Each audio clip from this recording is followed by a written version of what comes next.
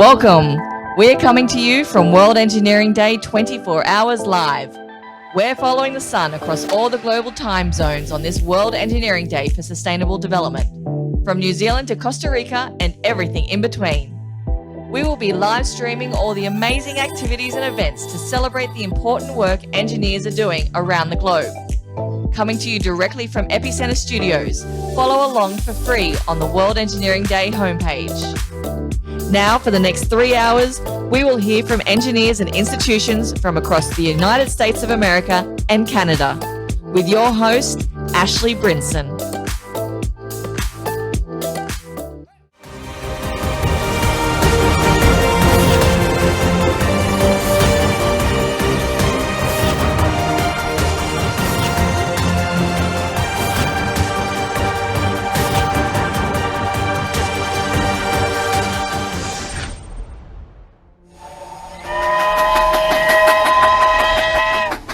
Engineering enables the development of societies and economies throughout human history and acts as an inexhaustible driving force for the progress of civilization.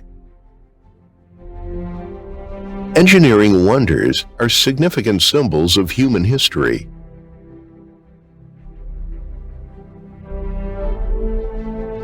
The Industrial Revolution transformed our world from an agricultural economy into an industrial one.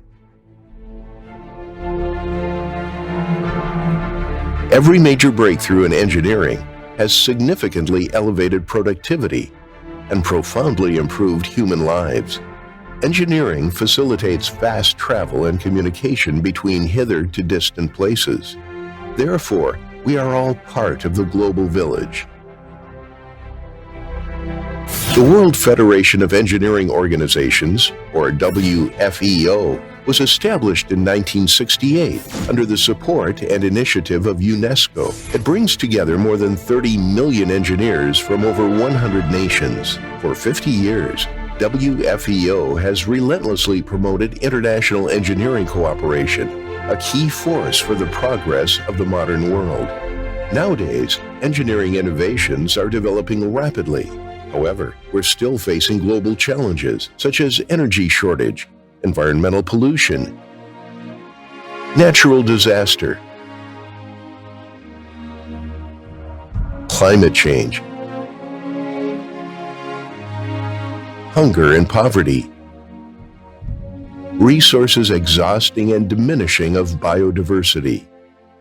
It is the mission responsibility of engineers around the world to address those challenges.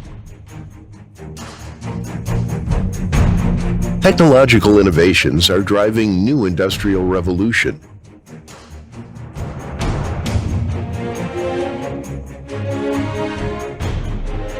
The progress and innovation of engineering will become an important means of progressing society and modern life. There will be a series of major innovations in such fields as energy, environment, materials, biology, agriculture, information and communication, manufacturing, construction, space utilization, and marine resources, transportation, social services. It lies in the hands of engineers to develop appropriate technologies and resources to promote the quality of the human lives and achieve a shared sustainable future. The World Federation of Engineering Organizations will continue its leadership and influence in the field of international engineering and make unrelenting efforts to build a better sustainable world for us all. Engineering shaping sustainable future, a shared future of humankind.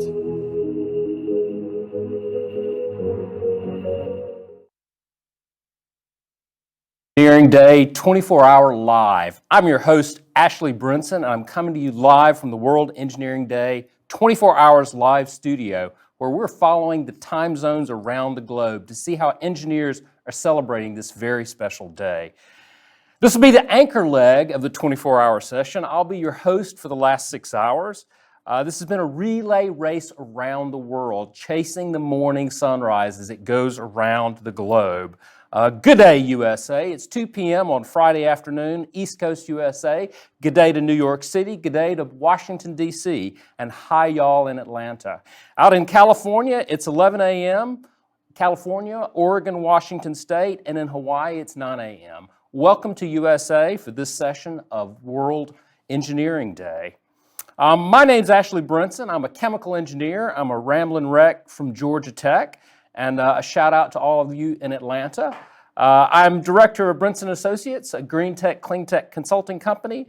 We also run Greener Technologies. We're building robotic solutions for solar energy and the energy revolution that is happening. And I'm director of PT Blink, an innovative construction tech company that builds buildings with less waste and faster solutions for design, manufacture, and integrating modern buildings. That's a little about me. The session today, we've been showcasing the 9 top finalists for the World Engineering Day Global Hackathon throughout the last 18 hours. It's just a reminder that we'll also be announcing the winner of the hackathon in our final hour of the broadcast. We'll be doing US for the next 3 hours, and then I'll go to Costa Rica for special information about engineering in Costa Rica. I'm with us this morning with Tennille Cicluna from The Big Creative and our producer Melanie DeJoya from Romilly Media. There's so many people working tirelessly behind the scenes to make all this possible, so let's get right into it now. We'll cross over directly now to our live partners in the USA. The American Society for Civil Engineers will be showing us how they represent engineering in their region. We'll be talking about sustainable engineering and all of the opportunities that engineers are engaging to find solutions for the world ahead. Over to you at the American Society of Civil Engineers.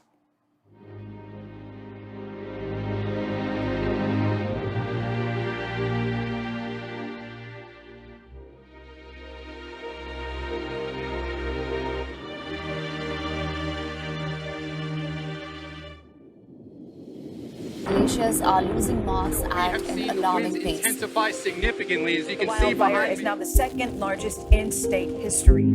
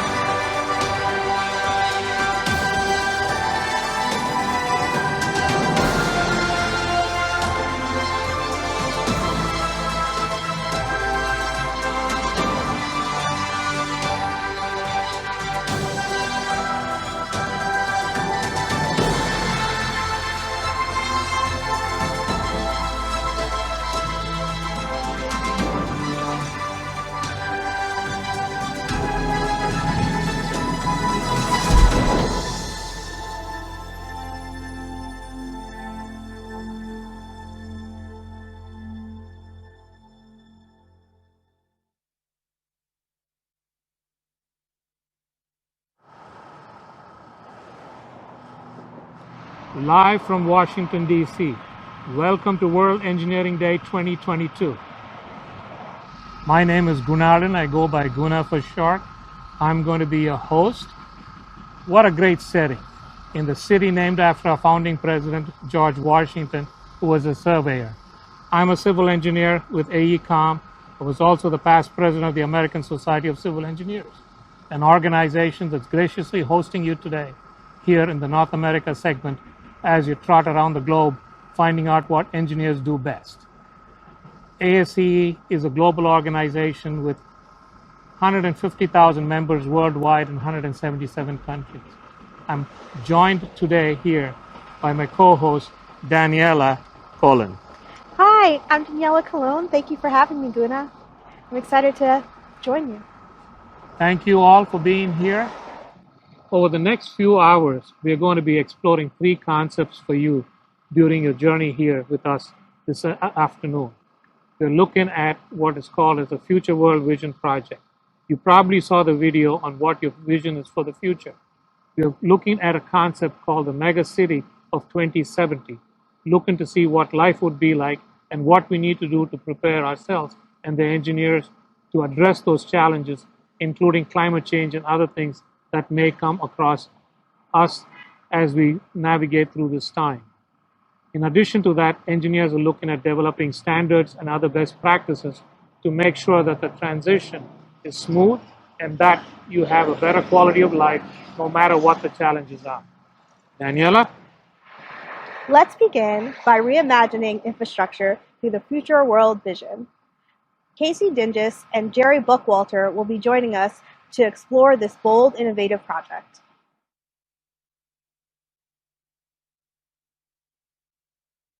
Hello, I'm Casey Dinges, Executive Advisor for the American Society of Civil Engineers. Thanks for joining me today as we discuss the Future World Vision Project. My guest today is Jerry Buckwalter, ASCE's Chief Innovation Officer. Welcome, Jerry. Thank you. It's my pleasure to be with you. What is the Future World Vision Project, and why did ASCE decide to do it? Future World Vision is designed to ask ourselves the right questions about the long-term nature of our built assets. We often design them to last 50 to 100 years or more, and yet very few people examine how society will use those assets in the more distant future. To do that better, we created a computer model by which we look at the current and future societal impact of our built environment, and examining that future in a way that acknowledges the massive changes coming our way, change that can drive dysfunction unless we're prepared for it. And we examine those changes as a series of interconnected phenomena, everything from autonomy, climate change, the Internet of Things, alternative energy, urbanization, personal expectations, smart connected sensors, and new materials. Essentially, Future World Vision is a platform to envision the future built environment and ultimately optimize future system performance and the benefit to society. Careful thinking about likely future realities is what civil engineers do every day. We're just extending that out over a very long time horizon. Interestingly, when we look out that far, we discover something. While the civil engineering profession has traditionally been well defined, the increasing effects of change will force us to reconsider our roles and responsibilities. To be successful in tomorrow's world, engineers will need to be at the forefront of changing trends. Did the Future World Vision research examine environmental threats? Yes, we did. A dramatic trend is climate change and extreme weather. So we're creating virtual future cities with both the dangers of climate change and potential improvements considered. Climate change is currently accelerating, so engineers need to respond. Future World Vision is very focused on plausible future climate resilient infrastructure. And that built environment, particularly urban communities, is a major factor in either worsening climate change or mitigating climate change, in either creating extreme weather vulnerabilities or adapting to them. One of Future World Vision future worlds that we've just completed is Megacity 2070. In that computer model, we explore population migrations and how the location of massive population centers is a factor in our ability to adapt to climate change, for better or worse.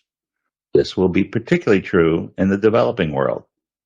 Engineers design, build, and operate everything. And we look hard to innovate in practical ways, create mass adoption, and scale those innovations to communities around the globe, ultimately to accelerate both policy and practice to achieve climate resilience. Does Future World Vision visualize sustainable and resilient infrastructure? Yes, it does. We decided to take our research and create the stories that reach the heart and mind of all of us. Future World Vision creates virtual future communities that explore multidimensional city and neighborhood systems to prepare engineers for future challenges and consider the human impact. And more sustainable and resilient infrastructure is a key element in having a better place to live. But it's more than just visualizing it. Megacity 2070 addresses these challenges by creating a simulated and virtual reality enabled storytelling experience with evocative visuals, characters, and narratives. We want everyone to really imagine 5 communities of the world 50 years in the future, all designed to be radically different and provocative. We tell that story from a citywide view right down to a neighborhood view so the users can really understand the impact of sustainability and resilience. How does Future World Vision help us think more provocatively about a more sustainable and resilient world? Well, future planning is confusing, complicated, and sometimes feels disconnected from the present. As a result, it's easier to focus on incremental or short-term changes to existing infrastructure. So we use future scenarios to tease out longer-term and more provocative ideas on sustainability and resilience. I'll give you a description of that provocation embedded in Megacity 2070. We first examine climate and weather vulnerabilities in our infrastructure and our communities. Second, we examine everything from planning, design, and construction through the life cycle use of those assets. Third, we look at the design features in equal measure to the needs of the users of the buildings, the aesthetics, and various technologies. Fourth, we examine the entire community and every social ecosystem contained in it. Lastly, we examine how that affects faster emergency response and faster, less costly recovery operations. That's how civil engineers, planners, insurers, and policymakers create new strategies and engineering standards to adapt to these trends. It's how an engineer can think about what we do now and then provocate about how useful it is for future problems. And more importantly, things we do now that might not be good solutions 50 years from now. That's how we take the right steps towards sustainability and life cycle resilience with both the present and the future properly considered. Does Future World Vision make any predictions about future built environments? I often get asked that question. No, we are not in the business of making predictions. On the other hand, we're not in the science fiction business. So we base our future worlds on rigorous scientific and engineering research. We're in the business of presenting a plausible variety of future scenarios designed to help us foster a new way of thinking. Essentially, we use future scenarios in a provocative way to explore how we can be stewards of new technologies and innovations while responding to environmental and societal challenges. That's why we examine quality of life as a first order outcome before we think about how we're going to design or build it. That enables engineers to ask the right questions. That's how I started this. The right questions about a future built environment that doesn't exist yet, contemplate the solutions, and postulate the resulting benefit. And why is this important? Well, it's a complex system. Climate, healthcare, food, water, soil, biodiversity, and city economies are complex systems, more complex than each element, such as a building, road, bridge, dam, power plant, or cell phone tower. Yet our fundamental engineering principles still apply. However, global changes will force us to change. Standards based on legacy infrastructure may not apply well. New and untested tools may be needed. Engineers will need to be more forward-looking to apply new technologies and help build infrastructure while dealing with all types of uncertainty. Engineers can continue to be problem solvers, but can also become problem anticipators in a proactive and collaborative way. When we think about our future infrastructure, how exactly does that impact our urban communities or urban quality of life to enhance sustainability and resilience? Well, I define sustainability in very broad terms. Civil engineers can design infrastructure in accordance with better sustainability principles and aligned with rigorous sustainability standards when they emerge. We are also the stewards of the natural environment and its resources. However, the built environment, if done properly, enables city economies and a healthy social environment.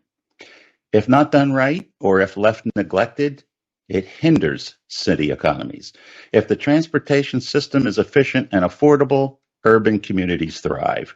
If water availability and quality is high, urban economies run well and are equitable. If energy and communication systems are robust at the granular level of individual buildings, urban economies are healthy. And I could go on and on. Therefore, more sustainable future communities are the ones that have an integrated infrastructure system that facilitates efficient and economically beneficial housing and movement of people, goods, and ideas. That's the type of sustainable living in its totality that we examine in Megacity 2070. And by the way, sustainability and resilience goals are not fixed targets. Design conditions are no longer static, and sometimes, as in a pandemic, can change overnight. In this changing environment, all infrastructure must constantly adjust to be resilient, sustainable, and appropriate for the specific location and culture. And to your point, what technologies will impact us the most in the future, and which ones will help us to become more sustainable? And also, which ones might cause additional hurdles to get over? Well, right now, we see the advent of automation and autonomous vehicles, but we must be prepared for when that becomes the norm. At scale, it will pose challenges to the built environment. High-tech construction and new materials represent significant opportunities for potential improvements. Power, transportation, water, and waste systems will all have to be smart and be smart in a holistic way. Otherwise, solutions in one system simply cascade into unintended consequences in a different system. Our soon-to-be fully connected digital infrastructure will need careful engineering and will also increase the potential for external cyber attacks, necessitating new approaches to resilience. We are entering a data revolution. We've already begun to see software interfaces and the use of data in the design and construction process. But the future is digital technology integrated right into the physical infrastructure. Designing these combined physical and digital networks will require us to connect traditional and non-traditional engineering disciplines, along with partnerships with scientists, educators, and governments to create efficient and personalized services, but also to ensure privacy and safety. Unfortunately, in the past, system interoperability in most of our cities has been a major barrier. Improved information systems have been under development in many cities for a long time, but they are traditionally designed for the needs of each city department. They optimize each city function, but often do not create optimization at the macro level. Agile workflows often stop at departmental walls and do not enable interrelated system-wide improvements. In Megacity 2070, we focused a great deal on how a new era of smart, connected, and sustainable urban systems can enable transformative change in the way urban communities interact among themselves and with the built environment. This conversation about technology and digital systems seems to be equally the domain of others. So, what does Future World Vision say about our civil engineering role? Well, we think about technology as the domain of scientists, and other industries besides ours often produce the new technologies. So Future World Vision provokes our thinking about technology stewardship. Civil engineers are the ones who figure out how new technology gets adopted and applied to the built environment. As an example, I'll share some specific questions we posed in Megacity 2070 to force ourselves to think about disasters like the current pandemic. Will population migration increase the probability of disruptions, such as a pandemic, a food supply disaster, or societal unrest? How do we use widespread use of automation and autonomous vehicles to enhance social distancing? How do we ramp up automated engineering work activities and robotic construction to make us more resilient during disasters? And how do people ubiquitously connected through a robust digital infrastructure flexibly adapt work and communications during a healthcare crisis while protecting the global economy? In the real world, we won't know exactly what technological, demographic, or environmental changes are going to occur, or how fast they will occur. But we do know that we must begin to prepare for the obvious ones and even the plausible ones. Jerry, you've mentioned Megacity 2070 a couple of times already. What's your advice for those who are thinking about future smart cities?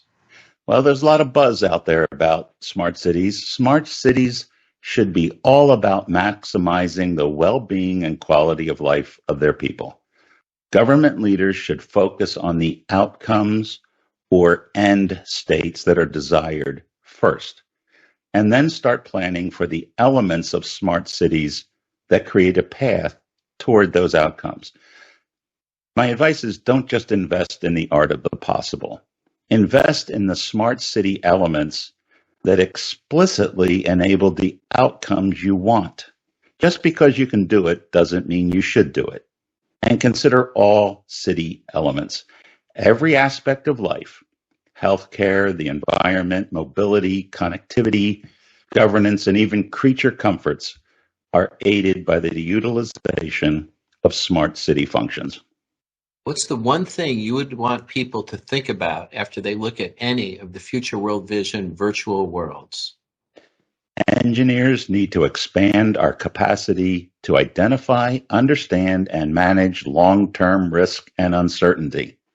Only then can we be confident that we are anticipating society's infrastructure needs. Future World Vision is one tool we intend to give everyone to help navigate unfamiliar waters. Jerry, thank you for joining me today for this fascinating discussion on how Future World Vision is helping engineers reimagine infrastructure. Casey, it's been my pleasure. Thank you.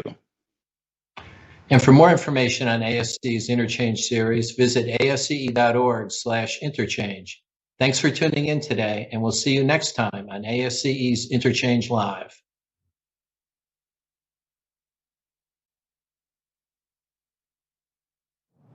Thank you, Jerry and Casey, on sharing the future world vision. I'm Daniela Colon, and we're back in the U.S. I'm Gunaran. We are at the DC office of the American Society of Civil Engineers, which is just a few steps away from the U.S. Capitol. This office is the home to ASCE's Government Relations Group. The Government Relations Group not only collaborates with its members, but also with other organizations and the legislature to develop policies and make sure that we're investing in the right infrastructure that's going to be sustainable and resilient. Thanks, Guna. It's really mind-boggling to imagine the sorts of things that engineers will be doing in the next 50 years. Talking about mind-boggling, need to throw a little bit of a flavor into this conversation. I'd like to talk a little bit about biomedical engineering and neuroscience.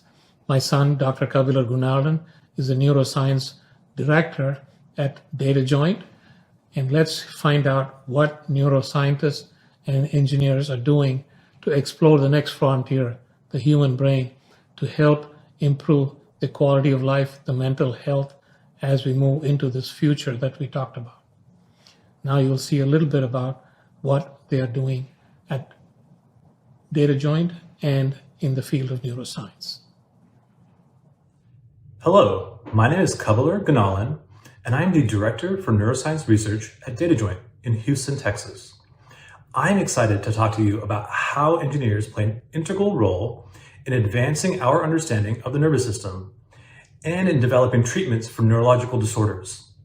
The nervous system includes the brain, spinal cord, and the nerves that communicate with the brain to sense and control the body. Some disorders of the nervous system include spinal cord injury, Parkinson's disease, and epilepsy. Studying how the nervous system works requires an interdisciplinary team of neuroscientists, engineers, neurologists, and neurosurgeons. Engineers from a multitude of disciplines can be involved, including biomedical, software, electrical, and mechanical engineers. Engineers on these teams design, build, and test devices that measure signals from the brain and the devices that modulate the brain to provide treatment for brain disorders. In many cases, these engineers also conduct scientific experiments to understand how the brain functions. As an example, there are teams in academic research labs and companies working to give patients with amputations the ability to control a prosthetic limb with intuitive control. Using sensors on the fingertips of the prosthetic limb that are connected to the nerves in the patient's upper arm, the patient is able to feel what the prosthetic limb touches. Likewise, teams are working on controlling the actuation of the prosthetic limb with the natural signals sent from the patient's brain to the nerves in the patient's upper arm that can then be used to control the movements of the prosthetic arm and hand. Engineers on these teams develop the hardware, that is the electrodes that interface with the nerves, and the software that encodes and decodes the signals transmitted between the patient's nerves and the electrical systems in the prosthetic limb. It is an exciting time in neuroscience, as the tools to study the brain are able to record from thousands of cells with higher temporal and spatial resolution, and thus we are able to gain more insights into how the brain functions. During a single experiment, data can be acquired from many instruments, such as electrodes used to measure the electrical activity of neurons, and microscopes used to measure calcium signals in neurons, just to name a few instruments. The scientific community, including research labs at universities, research organizations, government funding agencies, and companies, are currently working on methods to handle the large datasets acquired from these experiments, which are on the order of hundreds of gigabytes to terabytes. And the scientific community is working on providing streamlined ways for scientists to analyze and interpret the data acquired with these diverse instruments. Some of the general principles that are important to employ when developing these methods include: 1, providing the software that is used to analyze the experimental data as open source. Open source software allows the neuroscience community to review it for accuracy and to improve upon it. 2, deploying this open source software on cloud computing infrastructure, which is readily scalable as the file sizes get even larger and the community demand increases. 3, providing tools for scientists to publish their experimental data to establish data archives, which promotes reproducible and open science.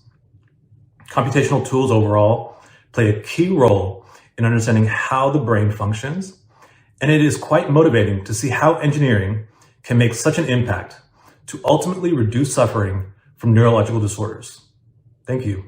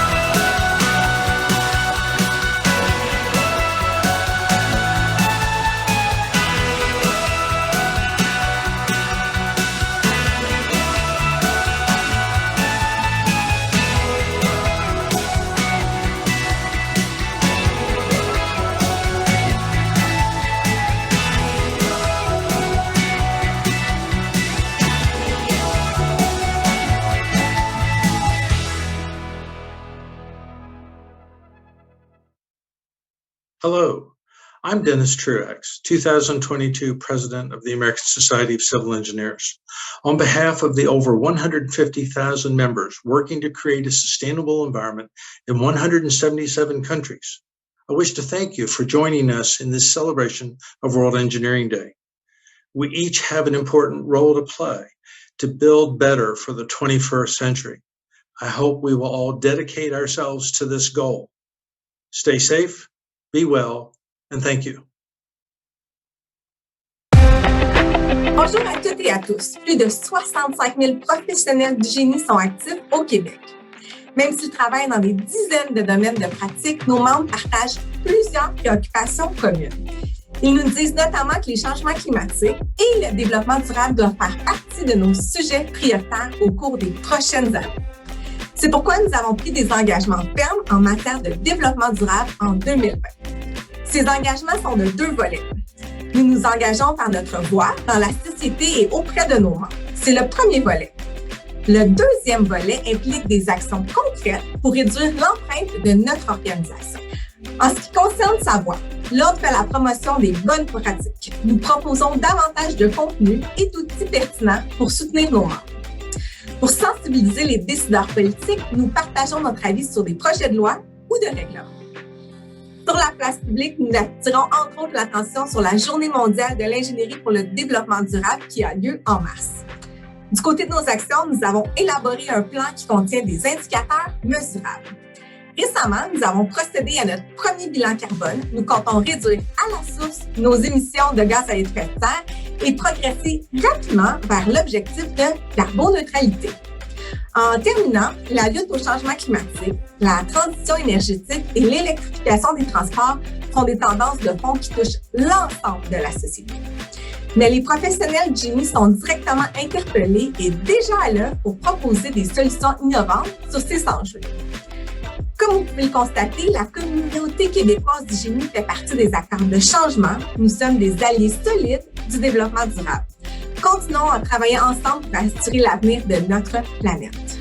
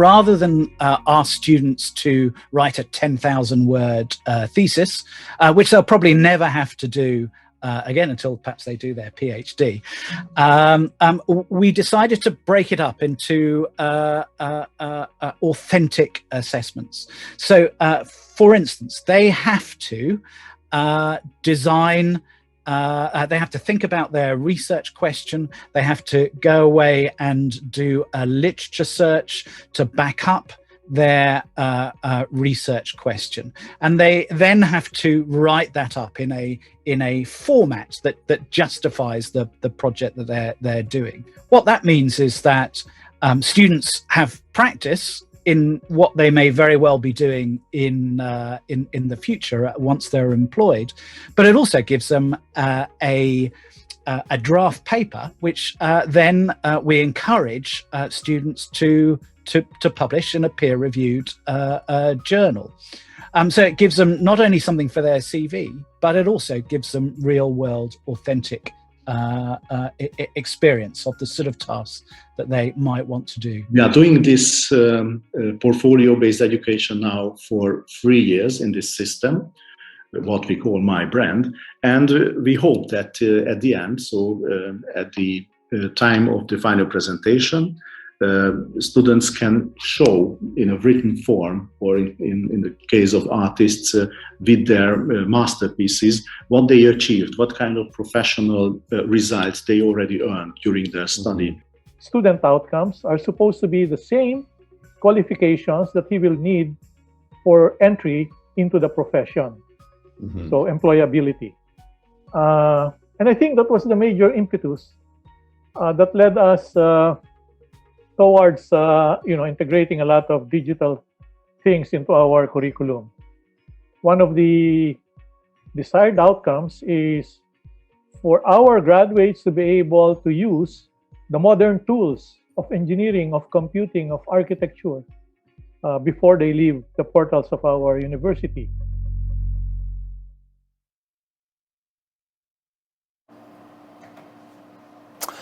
Thank you to American Society of Civil Engineers. We'll come back to you soon, but for now, it's time to check out some cool social media activities and posts that are happening in the United States, and a few more that are still coming in from Africa and the Middle East. I'm joined by Melanie DeJoya of Ramley Media. Over to you, Mel. Thank you, Ashley. Hello and welcome back, everyone. We've got this media wall going on behind us, but now we're going to focus in front of us, and I'm going to show you some really cool things that are going on. I am noticing a few posts coming out of the US. Oh my gosh, here we go. There's WSP USA. Thank you so much. Oh, it's clicked right onto it.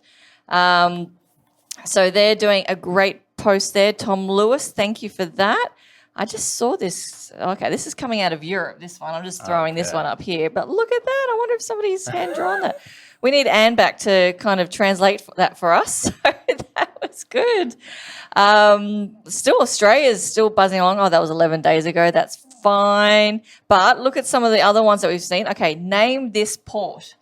I have no idea where it is, but Arc Clean Energy has given us a great one of just some engineers relaxing, chatting, and just look at that background. They've got a beautiful day there, and they're talking about a carbon-free future, which is definitely a real theme that's come out of today's 24 Hours feed. A lot of talk on green energy and such. Tanil loves this one, so she's begged us to pull this up. She's got that eye, she's got that graphic eye, and she just thinks this is a brilliant graphic, and it's just amazing. And I just love the idea that everyone's out there, and Unitech. I don't know where you are, but thank you for posting. And they've written here, we salute your great ideas and innovations and appreciate your paramount role in developing a sustainable world for us. That's a big thank you out to engineers everywhere from Unitech. It's beautiful imagery there. Now, speaking of beautiful imagery, I don't know who these miners are, but damn, they've got some good one. I saw another one come up on the board, but I don't know if it's underwater, in space. I don't know, but either way, our students are building wiser and engineering the future. I love the way that they've taken the theme for today and molded it into that statement there. So well done, miners. I'm assuming it's some sort of university. So well done. And here we go. This is just a little flashback to our partners in India. Yes, Mumbai. So they were doing, was it Mumbai? Kind of, yes. No, Africa. There we go. Oh, I apologize. All over the world, Mel. All over the world. Been We'll all give you, over the we'll world give you a pass today. on that one. So Samuel, I do apologise, but there you go. Your media is beautiful, and we appreciate all the work that you have done and all the posts that all of our partners have done throughout these 24 hours. And finally, there's a little bit of a video here. There are live events going online all over the place, so be sure to check it out. Go and look on YouTube, do the hashtag. Some things will come up. So this was an event that had that was done by Kenya. Good on you. There is so from Kenya they were doing an event here, so you can go and check it out online. So that is our social media for now. Back to you, Ashley. Thanks, Mel. For those of you online, don't forget the hashtag World Engineering Day. We want to see some Name That Bridge, Name That Port games. Jump into the social media board with the hashtag World Engineering Day. I'd like to see a photograph from America of Cape Canaveral, the Golden Gate Bridge, Hoover Dam. Look out the window and give us a post from the engineering that you see out the window, or the things that you want to see changed in the world. Now we're going to hear from the American Society of Civil Engineers and their video, There Is No Planet B. While that video is playing, join the conversation and tell us what you think about engineering in the future.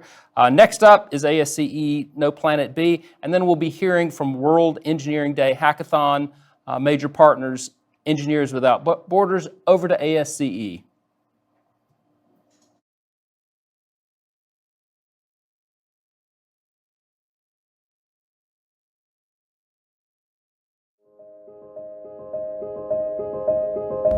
There is just one planet, Planet A. We don't have Planet B. We have to worry about Planet A, which is our dear planet Earth.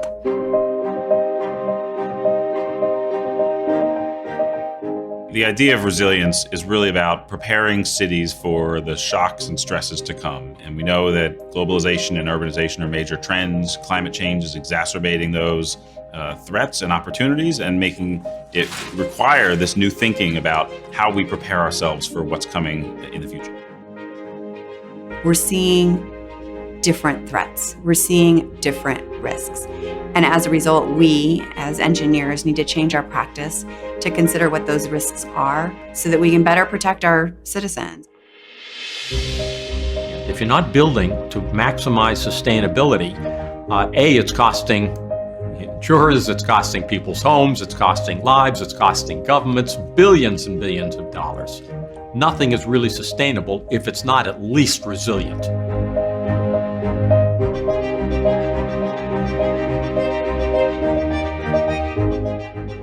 Four or five floods ago, education was probably one of our biggest challenges, but now we have many people. We have a whole neighborhood that is flooded 3 times in 3 years. They're educated. They're aware. When these crises occur, it wakes the public officials, the decision makers that they need to devote the resources and to do things differently and plan differently. It's no longer about designing projects the way we've always designed them. It is truly about finding the art of the possible to provide for the environment, the economy, and the social impacts all in an equitable manner. It is definitely 100% critically our role to look at our profession and look at where there's opportunities for us to further develop. Sustainability is an opportunity. We need to have a common message. And by hearing from one another, we help develop and refine those common messages. The common message is that we need stronger, more resilient infrastructure. Gone are the days when we could deploy infrastructure without thinking critically about what the environmental repercussions are. I think that's now sort of front and central to us. Being able to ask and to do research and just find all of those valuable resources is exactly what ASE has allowed us to do. We come together around shared aspirations, and this area of sustainability is one of those. I think that engineers are in a position to innovate in terms of what the next generation of infrastructure is going to look like. Our role is to protect the public health, safety, and welfare. And we need to adapt our practice in order to do that as the world changes around us. Just the fact that there are people who are willing to step up and say we need to do the right thing indicates that if we bring our voices together, we truly can make a difference. So this is bringing together all of the players who want to develop sustainable infrastructure, because we know that our future depends on it. And our future depends on us collectively finding solutions to these challenges of a changing planet and growing population.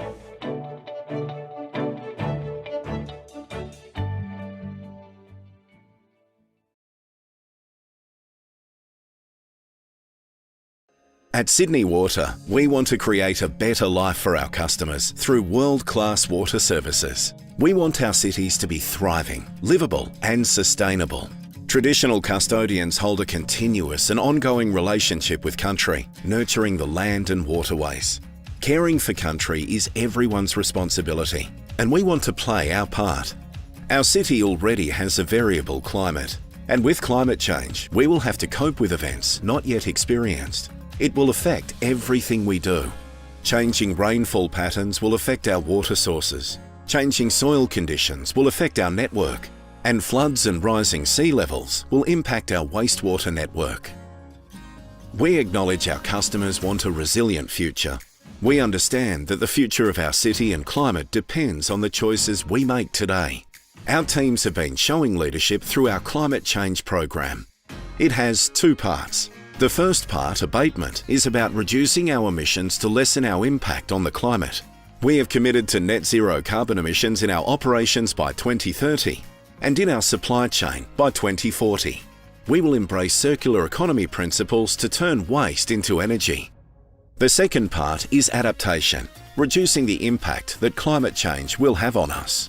We will build resilient assets by actioning climatic risks.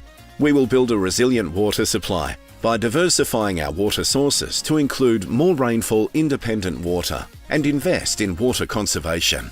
We also know we can help our community.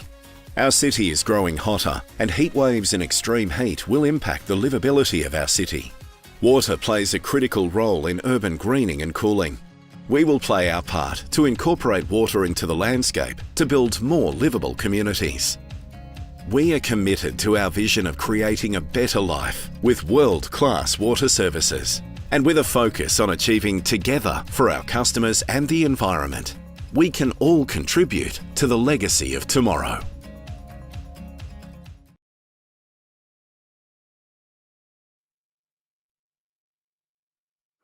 Engineers Without Borders International represents a global community of engineers who believe that engineering can be doing so much more to address social and environmental injustice across the world today.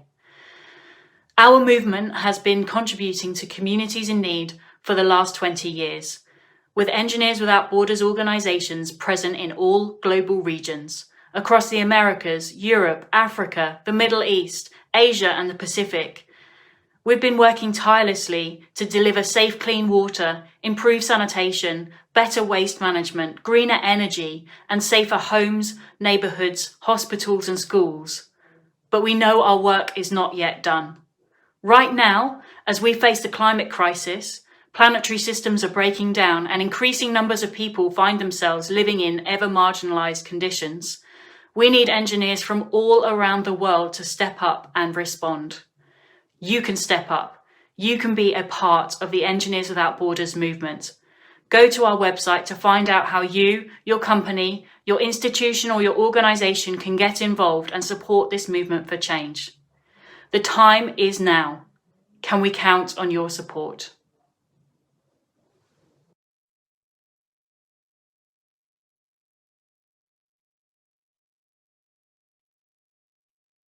Greetings once again from Washington, D.C. I'm Gunaran. And I'm Daniela Colon. We are here at the American Society of Civil Engineers. ASCE is the North American host of the World Engineering Day 2022. ASCE is very involved with WFEO. Guna, can you tell me a little bit more about your involvement with WFEO as a representative of ASCE?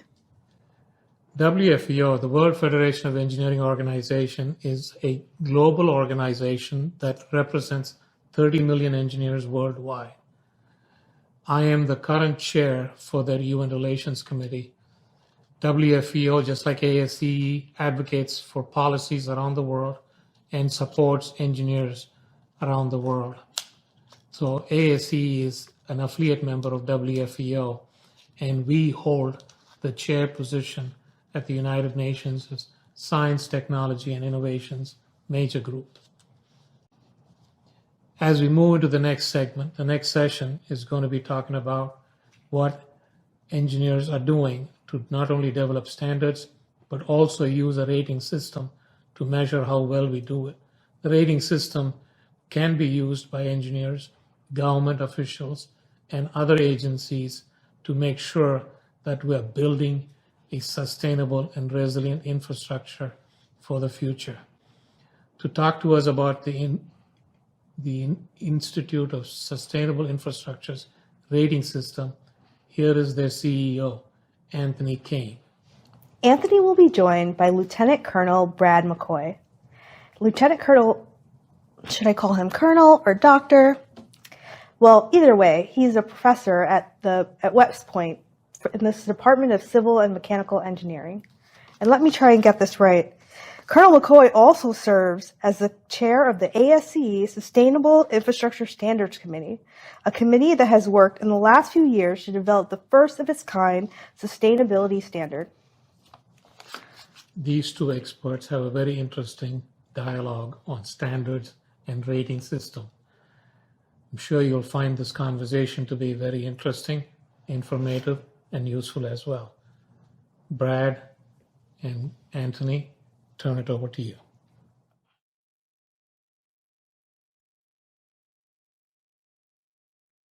Hello, I'm Anthony Kane, President and CEO of the Institute for Sustainable Infrastructure, and I'm joined today by Lieutenant Colonel Brad McCoy, recently appointed as the Associate Dean for Research at the U.S. Military Academy. We're pleased today to be talking to you about the role of rating systems and standards in delivering more sustainable infrastructure and achieving the UN Sustainable Development Goals. For a brief background of my organization, the Institute for Sustainable Infrastructure was created almost 12 years ago now through a collaboration of three major engineering associations: the American Public Works Association, the American Council of Engineering Companies, and the American Society of Civil Engineers. ISI is a nonprofit research and education organization dedicated to the Envision framework for sustainable infrastructure. This is a common language and measuring stick around which our industry can assess the sustainability of infrastructure and judge our performance and improvement over time. ISI and ASCE work very closely on a number of sustainability initiatives, but particularly in ASCE's role as a standard developing organization. To that end, for the last 3.5 years, Brad has served as the vice chair and now the chair of ASCE's Sustainable Infrastructure Standard Committee, and he'll be sharing some of the exciting developments that they have on the way. Brad? Thanks, Anthony, and thanks to all of our viewers. It's great to talk to you about the role of sustainability and the role of standards and rating systems in sustainability. And as Anthony mentioned, I've been the chair of the committee leading the development of a sustainable infrastructure standard over the past 3.5 years. And just want to step back just a little bit and talk about kind of the impetus for ASCE's desire to develop that standard. As many of you may be aware, ASCE published the Grand Challenge many years ago, and the Grand Challenge identified that we have an infrastructure funding gap. And the only way to cover that infrastructure funding gap is through both to establish new funding sources, but also to establish new policies. And so that the new policies is where the standard comes into play, and being able to bring in new actions, new guidelines to help bridge that funding gap and to drive sustainable infrastructure development. Further, recently ASCE published its updated Code of Ethics.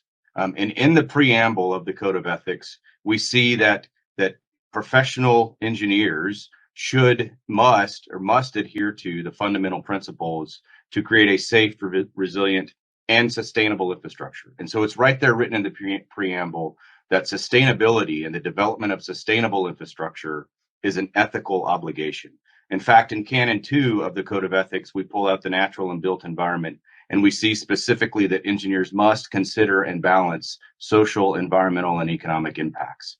So it's an ethical obligation. And if we are going to tell our engineers that they have an ethical obligation to sustainable infrastructure development, then we need to tell them how to do that. We need to give them the tools or give them the creativity and some framework to be able to do that. And so there comes ASCE 73, which is the upcoming standard that the ASCE is developing, titled Standard of Practice for Sustainable Infrastructure. And so I'll talk just a little bit about what you'll find in the standard.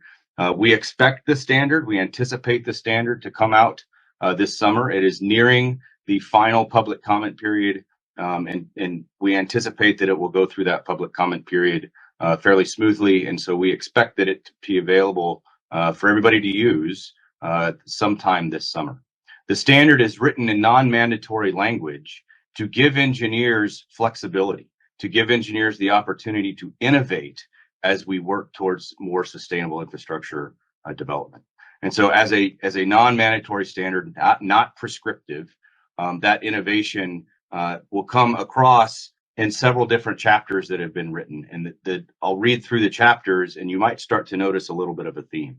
And so the first chapter is just the general chapter, and it describes sort of overview, the purpose of the standard, and it defines how you can meet the standard in that general chapter. And we must meet 19 of 29 outcomes for infrastructure to be considered sustainable. Again, it's written in non-prescriptive language. It's written to give engineers an opportunity to innovate and be creative, and it's written to cover all of infrastructure. So all sectors of infrastructure. So 19 out of 29 to some might not seem like it's hard enough or it's strict enough, but as it's written to cover all infrastructure, all sectors of infrastructure, it's written as a minimum threshold. The intent is that all infrastructure, as engineers work with this standard, will be developed to meet those 19 outcomes. And so as far as a minimum threshold. And those 19 out of 29 outcomes, the 29 total outcomes, come through chapters 2 through 8. Chapter 2 being sustainable leadership. Chapter 3 is the quality of life. Chapter 4 is resource allocation. Chapter 5, natural world. Chapter 6, greenhouse gas emissions. And Chapter 7, resilience. And then the final chapter, life cycle cost analysis. Now, if you're familiar with ISI's Envision rating system, then you might be familiar with the chapters that I just named off of.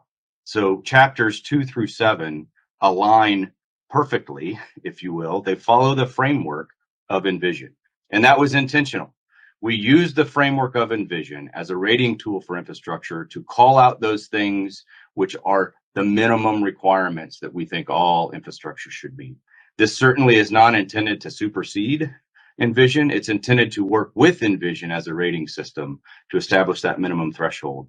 And we know that there was a great deal of research, and Envision is an established rating system. And so we wanted to capture all of the great research and development that went into Envision to look at how we could develop a standard rather, that applies across all infrastructure.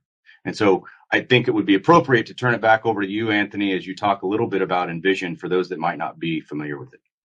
Thanks, Brad. And ISI was certainly privileged to have been involved in supporting the standard development process. And as you mentioned, I think it's a great model for the cross-pollination and collaboration. As we as a planet work toward more sustainable infrastructure, it's important for us to have a common language, a common framework around which we work. It's never going to be a single tool or a single document that's going to guide us. We're going to have a suite of tools and resources, but they can all be referencing the same concepts, the same ideals, speaking the same language. And I think this was a great example of that, to ensure that these two tools work perfectly together, are supportive of each other, solve different problems and challenges, but ultimately support the industry and the professionals that are using them. So it's congratulations to ASCE, certainly on this amazing accomplishment. And I would note that, again, as I mentioned, ASCE is a founding organization of ISI. was really a leader in the vision to create Envision. We will be this year celebrating the 10-year anniversary of the release of Envision. So we're very proud of how far we've come. To date, there are over 6,000 active credentialed Envision sustainability professionals around the world. We have $110 billion worth of projects that have been rated, again, throughout the US, throughout Canada, throughout our partnership in Italy, and other pilot projects around the world. We're very excited, again, not only for our founding organizations, but our recent partnership with the Canadian Society for Civil Engineering to advance the adoption of Envision in Canada, our partnership with the Italian Construction Certification Organization, ICMQ, that has already certified half a dozen projects throughout Italy and trained hundreds of professionals in Italy, and also our recent collaboration with FEMSIC, the Mexican Federation of Civil Engineering. Envision really is only one of a handful of tools of its kind around the world, and the only one throughout North America that is comprehensively assessing the sustainability of Envision. And so we're very proud of the work that we're doing. And as you can probably see from all of the collaborations, our belief that in achieving sustainability, it really involves us all working together, coming to a consensus-based approach, and finding the best path forward for all of our communities. So there, I think we can transition to talking a little bit about, as Brad mentioned, how these two tools work so well together. And I believe it's probably the first time anywhere that we're aware of where these types of tools have been developed in such close collaboration and, again, cross-pollination of ideas. So it's important to note what's the role of a rating system? What are the roles of standard? Brad mentioned, that part of the standard is to establish the minimum. So it's important that as we move forward, we keep raising the bar on what is the minimum performance that we find acceptable in terms of the social, environmental, and economic impacts of our projects. But also, we need to recognize that there is a wide range of performance opportunities above the minimum. And whenever we can, we should be striving to do more than just our minimum requirements. And that's where tools like Envision can help, because we can't manage what we can't measure. And so Envision gives us a way of marking how far beyond minimum standards we're going, how to recognize that achievement, and give people the motivation and encouragement that there's a reason for them to go above minimum requirements and that they can do that in a structured and consistent way. So, Brad, I think we can talk a little bit about the role of the standard and the rating system, but I see that as the kind of the role of the standard bringing up the base and establishing those minimum performance, and as you said, Envision kind of marking performance beyond those levels. Yeah, it's a great partnership that can happen there. And the standard was written. The intent of this standard was written so that large owner organizations, municipalities, federal organizations can adopt the standard and put it into their own regulations and requirements to establish that minimum baseline for all infrastructure, right? And because it's the minimum, there's a cost associated with going beyond the minimum. So owners have to make that decision on when is it appropriate to do that, and they have Envision to be able to help them go beyond the minimum, as you mentioned. But at the same time, we want everything to be able to meet that minimum standard. And so it's really important to understand why we wrote the standard the way that we did, and I'm looking forward to seeing it get put into, procurement documents and requirements at municipality level, at individual owner level, at federal agency level, right? It was written really for all of that to be written. I did want to just make an interesting sidebar. You mentioned 6,000 credentialed Envision sustainability professionals. I remember when I got my sustainability credential in 2012. So right at the beginning, and I believe at the time that I was credentialed, there were less than 100. So it's great, to see this growing. And I also want to mention, the role, we're talking a little bit about the roles of rating systems and standards and sustainable infrastructure development.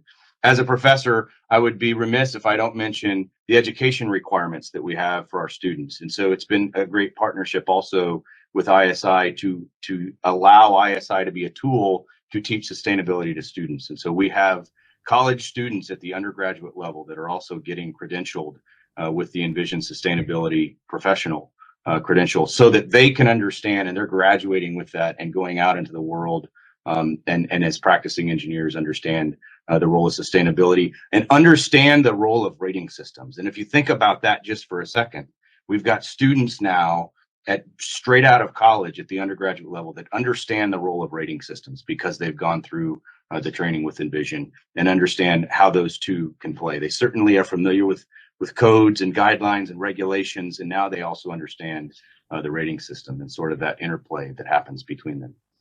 I think that's a great point. And another reason for the value of standards and rating systems, what we saw on the building side, similarly with rating systems like LEED, it's not just about how they're applied to a single project or a single building, but the transformative impact that they have on the entire industry and the profession and the education, as you were talking about. So I think that's another one where ASCE 73 and Envision working together become embedded in practice. And as you say, get adopted into policies for the standard, get used on projects. And that has such a transformative impact where then we can begin to engage with manufacturers and product manufacturers and how they improve the sustainability of products, how this gets built into policies and regulations and legislation, how it transforms the training of our professionals and even perhaps the licensing of professionals over time. And so this is really a way of elevating the profession and helping us all achieve a common goal. But you need those touchstones, that common framework and language around which to build these structures. Otherwise, we're kind of lost in a sea of ambiguity and vagueness around what we're talking about. So I think that's another important role. And I think encourages us that as we move on to the next initiative, that ASCE 73 and Envision then look for, what's the next tool that's needed and how do we make sure that it's in alignment with Envision and ASCE 73 as well, so that we can begin to build this toolbox further. Yeah, it's a great point. And as you mentioned earlier, this is edition 1 of ASCE 73, right? And we're at a certain level in our infrastructure development right now as a country, as a global community. And so the standard was written to get us to a minimum threshold from where we are now. In 5 years, when this standard gets revised, I anticipate that we will have adjustments to raise that bar just a little bit. And so this needs to be progressive in how we can get to more sustainable infrastructure development. And so I certainly don't want this where we're at now to be static, and this is always the minimum. We absolutely need to be constantly having that dialogue back and forth with the owners of the rating systems and the standard developers so that we can continue to raise the bar across the board as we look towards more and more sustainable infrastructure development. Because one thing that is certain that's not going to go away is climate change, right? And the impacts of climate change on our infrastructure development. And so we need to become more sustainable and more resilient in the face of climate change, regardless of where we are today. And so that bar is going to continue to change as we address the impacts of climate change on our infrastructure as well. So I just turn back over to you for a few comments, and then I'll close out. Well, I thought that was a great comment as well. Again, the role of standards and rating systems working together, because you're right, just as we're going to be continuing to raise that minimum threshold for performance, as the years progress, we're going to learn new things. We're going to discover new technologies, new challenges ahead of us. And similarly, Envision is going to have to change and adapt to set that high bar at a different location, because we're going to expand upon our knowledge. I remember even from Envision version 2 to Envision version 3, we had to expand our understanding of what resilience was. We had to address issues of equity and social justice. New things and new challenges are constantly coming up.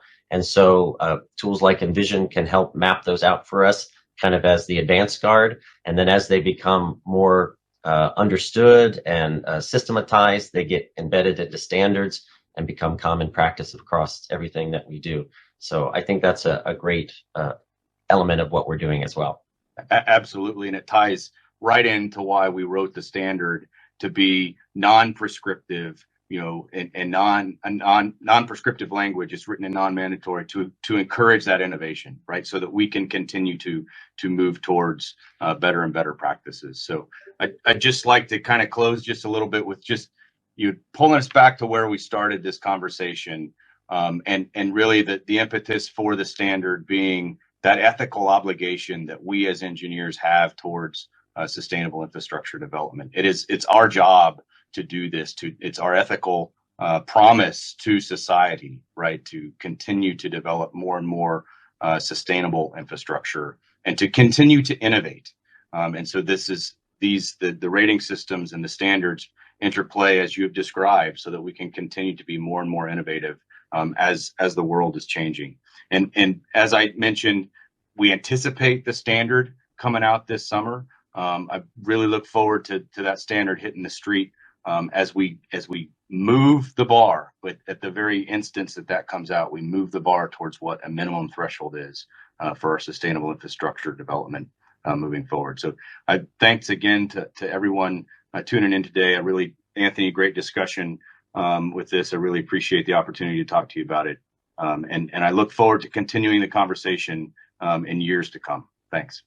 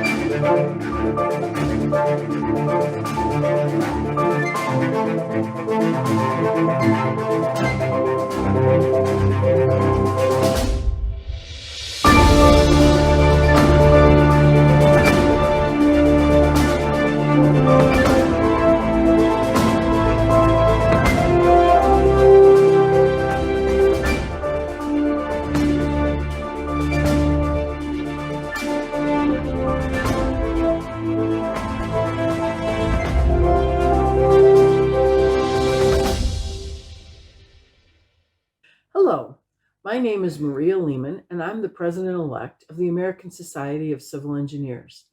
Happy World Engineering Day. How appropriate that we also celebrate Women's History Month in March. So let's celebrate both in style. Everywhere you look, you see the work of engineers as we build the quality of life. Join us in our quest to deliver a sustainable and resilient future world vision. The best is yet to come. Thank you. We believe a better tomorrow means all people have safe, comfortable spaces to live, learn, work, and play. That fresh, clean air is the standard, both indoors and out, and that everyone has access to healthy food and medicine, no matter where they live. At Trane Technologies, we have clear purpose: to boldly challenge what's possible for a sustainable world. As a global climate innovator, we work every day for the bright future we all envision. We've made a pledge to enable opportunity for all, to reduce our customers' emissions by 1 gigaton, and to lead by example with carbon neutral operations. With our 2030 commitments, we've set the pace for positive change in our industry. Change that can have a transformative impact on our planet and for future generations. Those commitments are made possible by the people in our company. People who uplift each other and dare to do things differently. Teams who innovate to create technology that is good for our customers and better for the world. Our impact extends into our communities, where we help build the next generation of leaders and visionaries by ensuring people of all backgrounds can succeed. We know the bold actions we take today will create a better, stronger world tomorrow. We are Trane Technologies, and we invite you to join us. in challenging what's possible.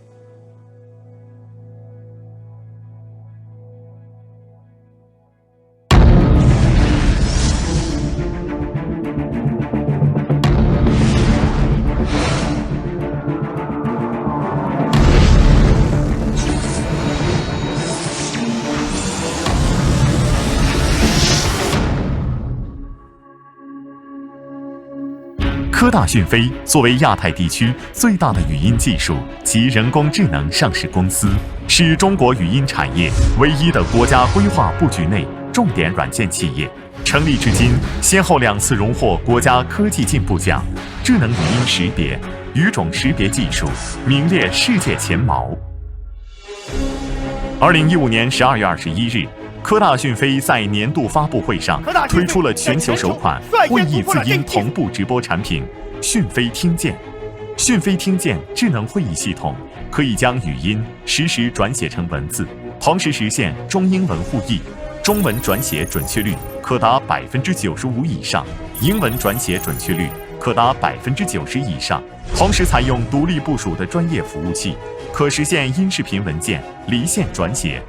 更有中英多语种操作版面，支持英文识别、中英文实时互译等多语种识别翻译功能。为满足媒体行业用户的差异化需求，讯飞听见还推出了听见智能文稿唱词系统，它集音视频转唱词、音视频转文稿、文本翻译功能于一体，支持实时、离线转写2种方式，通过文本和画面智能同步，轻松完成字幕制作。在录音整理过程中，通过智能角色分离、音频文稿联动编辑的功能，快速编辑音频素材，帮助媒体工作者提高工作效率。针对个人用户，讯飞听见推出了专业的语音及文字综合服务平台讯飞听见网站与听见 APP， 通过机器快转与人机精转2种方式，提供音频转文字及翻译服务，可以直接上传已有录音，快速收到文本结果。如果您是企业用户或开发者，讯飞听见还提供录音文件识别、实时语音识别、翻译等多种能力授权，通过接口的方式输出中文、英文等多语种的转写、翻译等服务。成立至今，讯飞听见致力解决智能语音技术在政府办公、企业音频价值挖掘、媒体节目制作、日常录音整理等多方面实际应用问题。讯飞听见将继续秉承讯飞精神，立足全局，纵深发展，带您开启智能高效知识管理的新时代。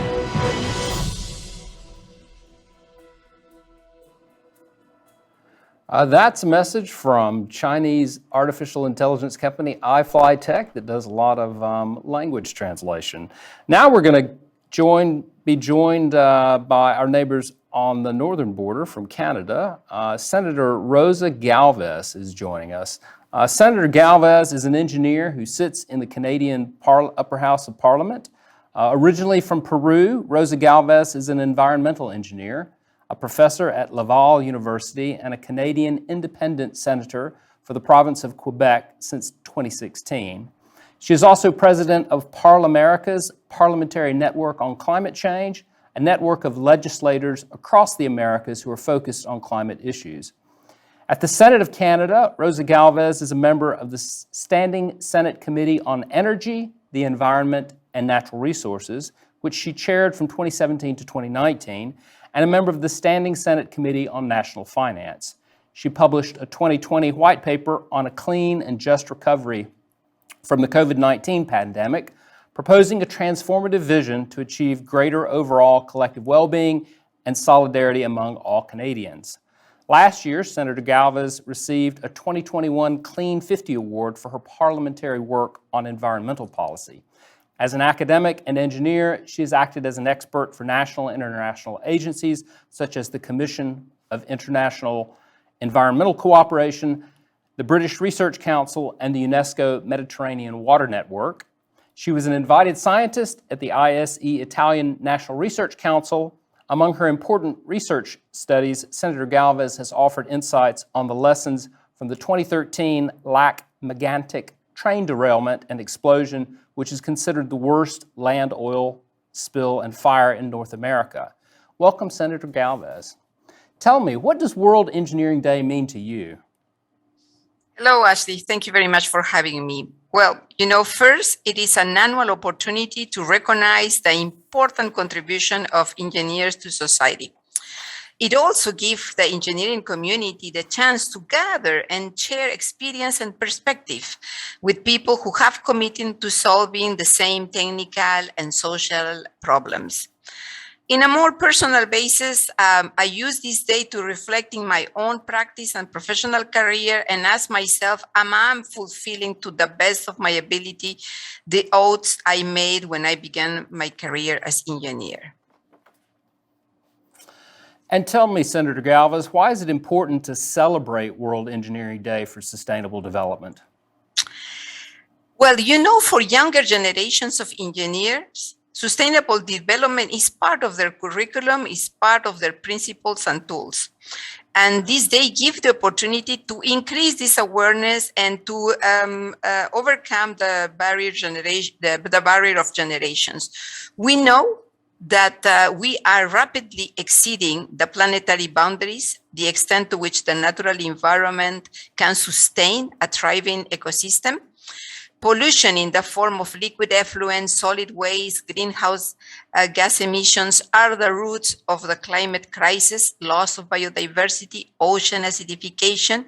Engineers, we know we are problem solvers, and we play a major role in changing the humanity threat that constitutes climate change. We live concomitant crisis of COVID-19. Climate change needs urgent attention, especially from our most brilliant engineering minds, whether through the development of new, cleaner, and more efficient technologies, or development of infrastructure that is resilient to the new climate reality.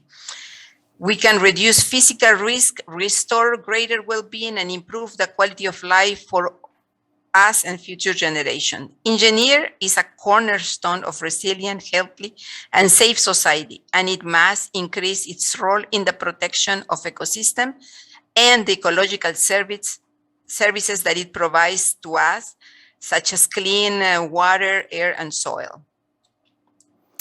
Thank you, Senator.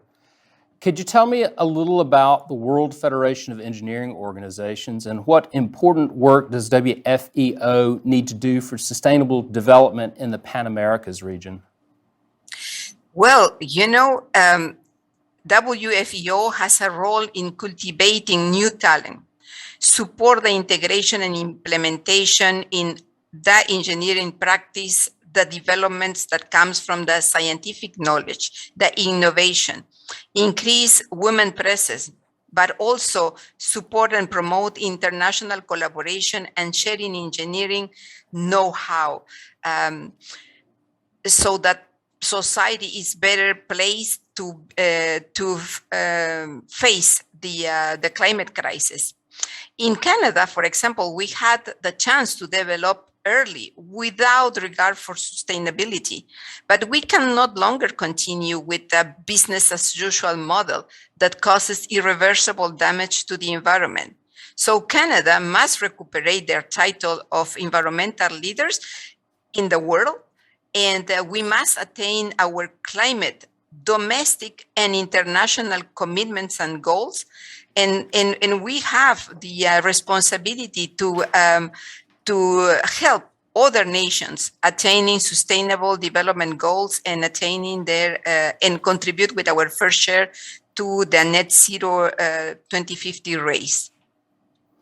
Senator, what are the changes that you expect in the future that will be important for engineers and for the engineering profession?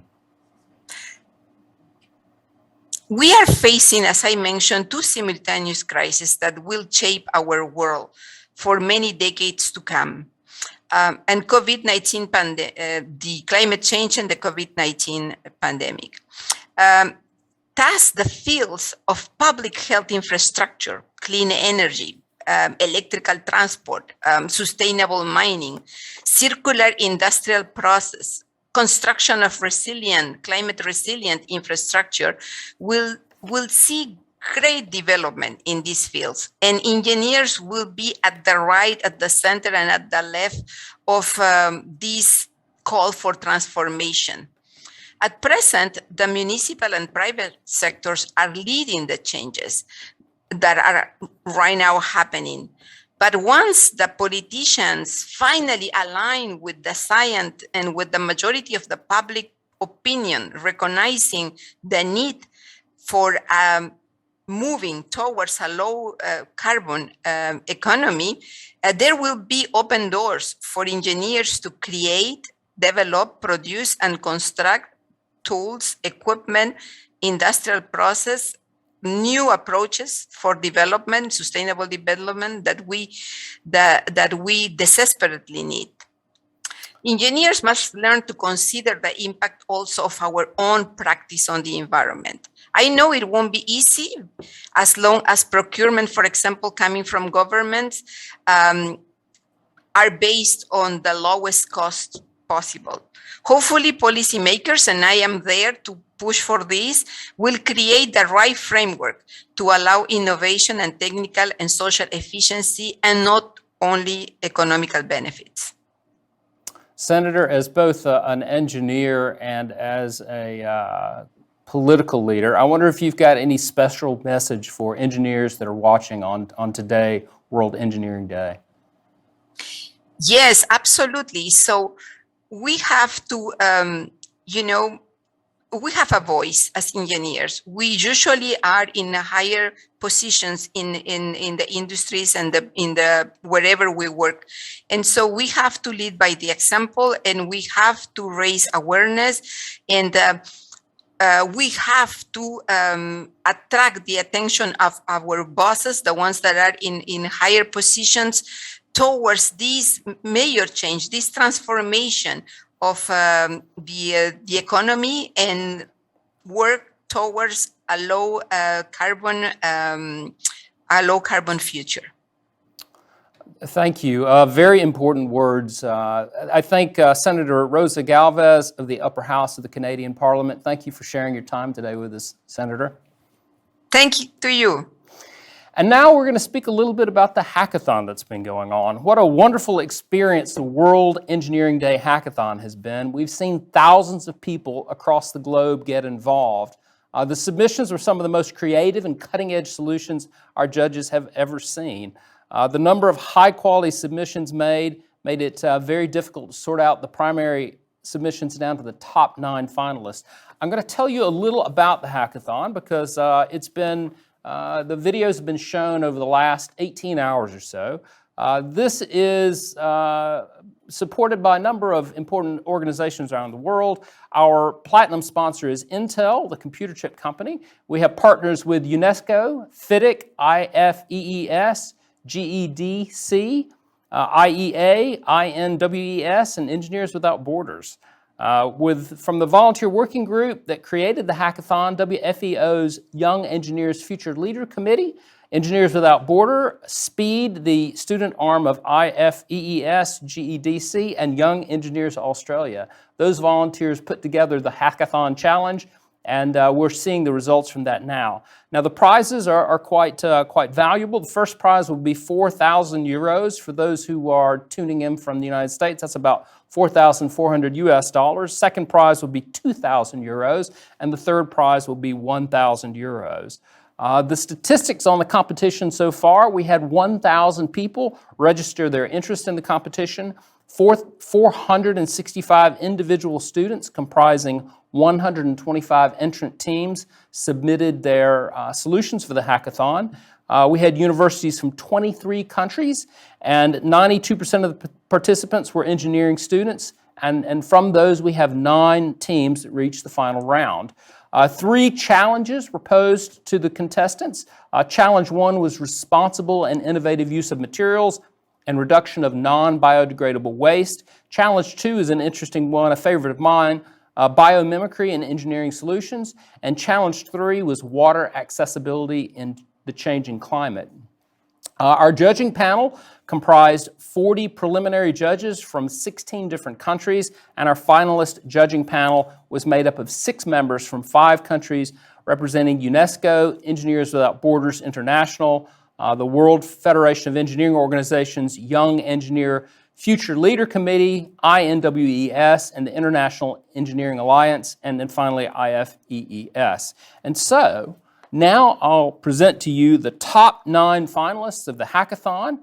We have Team 466 from China, Team Graz from Canada, Team Hephaestus from India, Team Hayapak from Kenya, Team Ice City from China, Team Indus from India, Team Ruby from Australia, Team Water Pets from Philippines, and Team Mobile Rain Harvesting System from Canada. Stay tuned. In just a few hours, we'll be announcing the winners of the hackathon. For now, we'll be crossing back to the United States for some words from our sponsors. Thank you.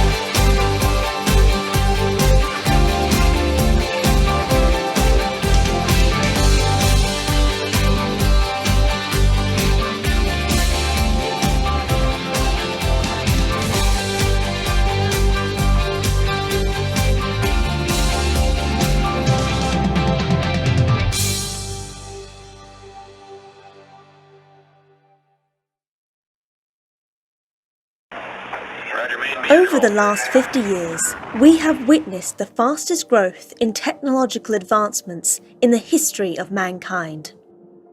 From the first person stepping foot on the moon to the arrival of the global Internet of Things. But behind these great achievements is research. And for 50 years, InSpec has led the way by indexing and delivering abstracts for the world's leading scientific and technical papers, providing support to pioneers across engineering and physical sciences. Our team of indexers review, analyse and categorise research with an expert understanding of its context, making searches far more precise and allowing researchers to find relevant literature quickly and efficiently. We are in a very fast-moving world, and given the technology is overwriting itself every couple of years, let's say 18 to 24 months, it's very important to be in touch. By taking the legwork out of the discovery stage, it allows researchers to accelerate their activities, turning research into innovation. InSpec's precise indexing saves time, and more time means more breakthroughs. Finding relevant literature for my research is very important. The issues when I use any generic search engine is I get results that have more than 60-70%, which I don't even want to see. It becomes really a pain at times. InSpec, you can get in-depth, direct results to what you're finding.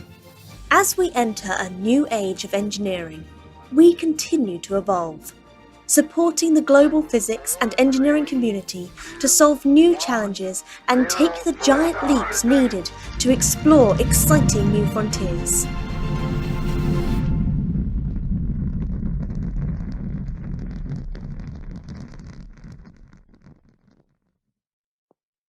As a past president of the American Society of Civil Engineers, I am thrilled to be with you to celebrate World Engineering Day. Engineers touch every single person's life every single day. It is wonderful to be able to honor and recognize all that engineers do for our world.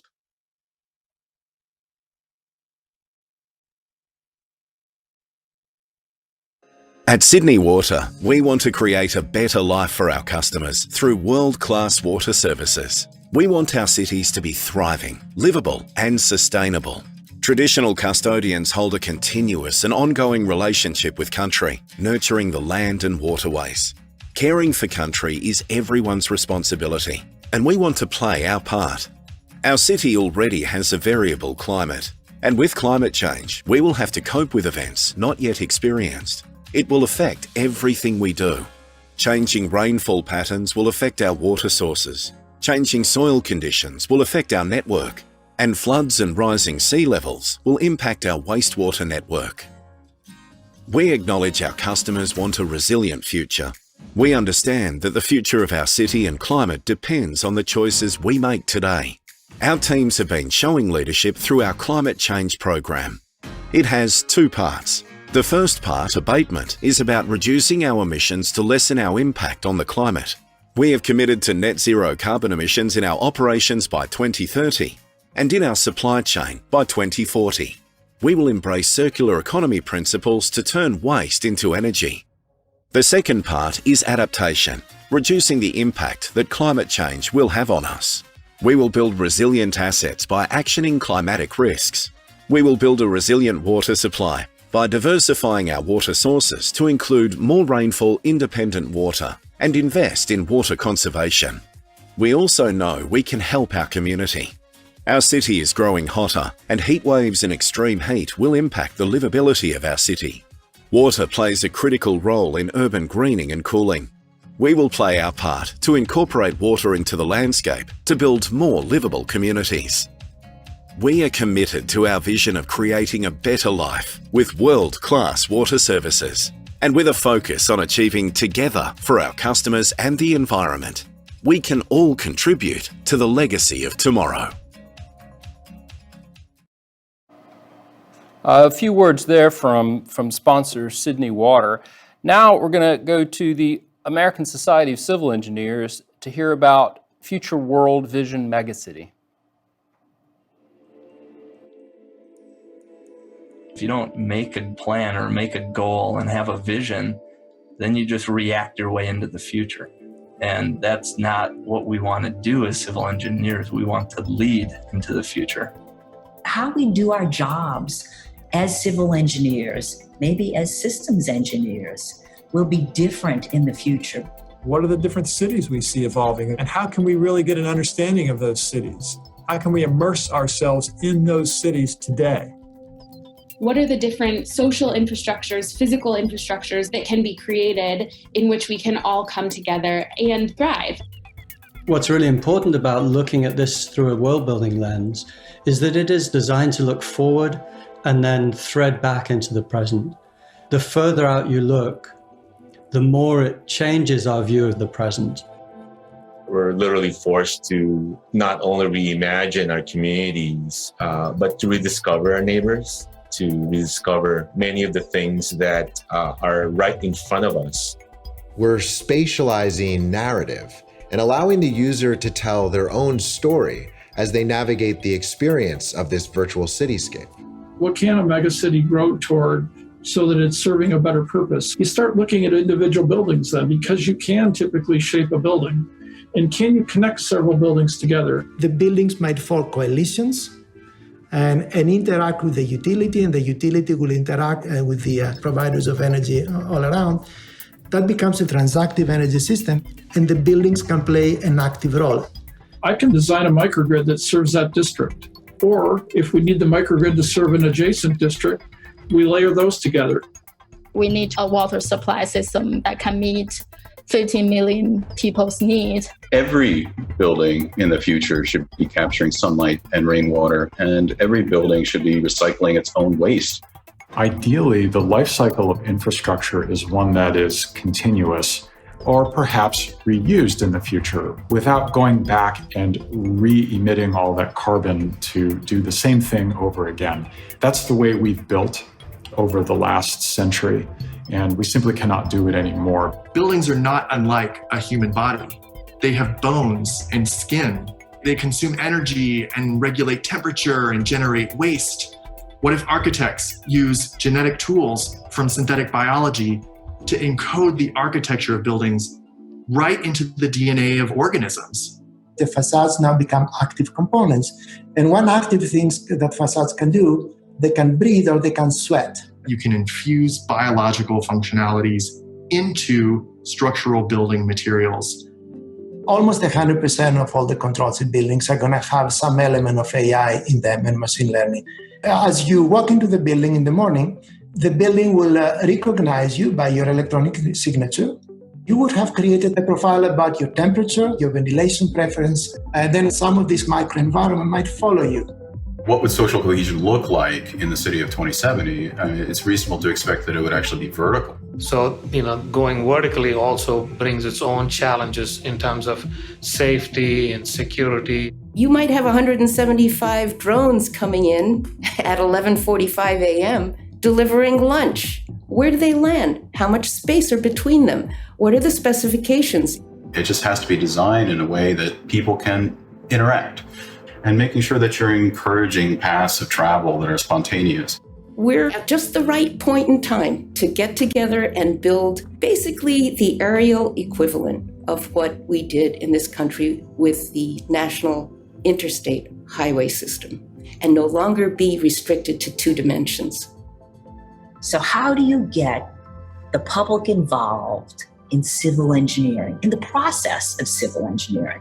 One of the best ways that we can make sure that all voices are heard and included is to start with the people who are doing the planning and developing and see what their teams look like. How can you ensure social equity and social justice and get input from the community for the projects that we're working on? We are very conscious about the demographic, the diversity of the community and the society, and make sure that we don't leave anybody behind. Creating these multi-use spaces is one way of doing that, of bringing people together.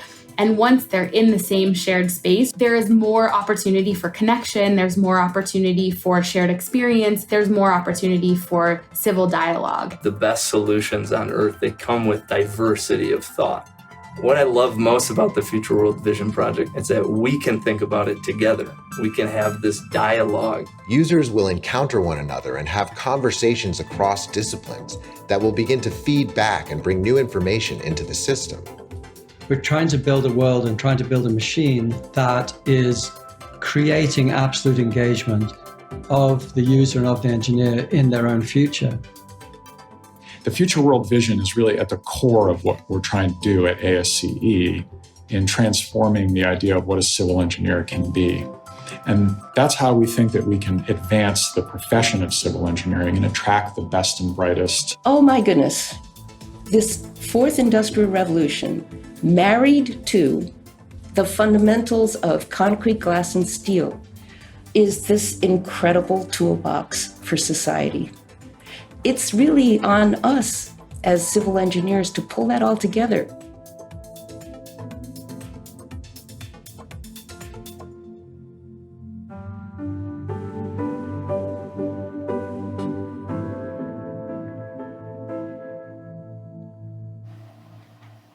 Welcome back. Dr. Marlene Kanga is the immediate past president of the World Federation of Engineering Organizations, and she'll speak to us today about the strategic objectives of the Federation to advance engineering for sustainable development and the work that's being undertaken with international partners to review engineering education, set benchmarks, and build capacity to improve standards for engineering education. Let's hear from Dr. Marlene Kanga.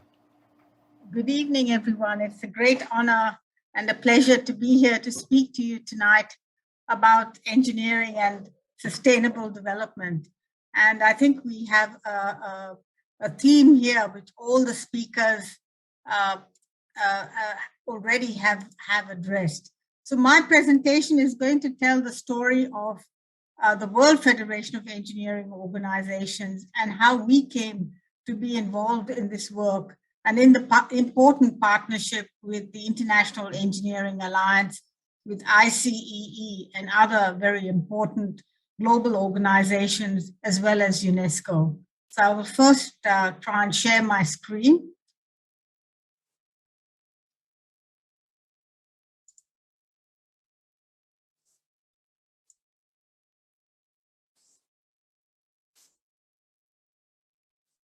Sorry.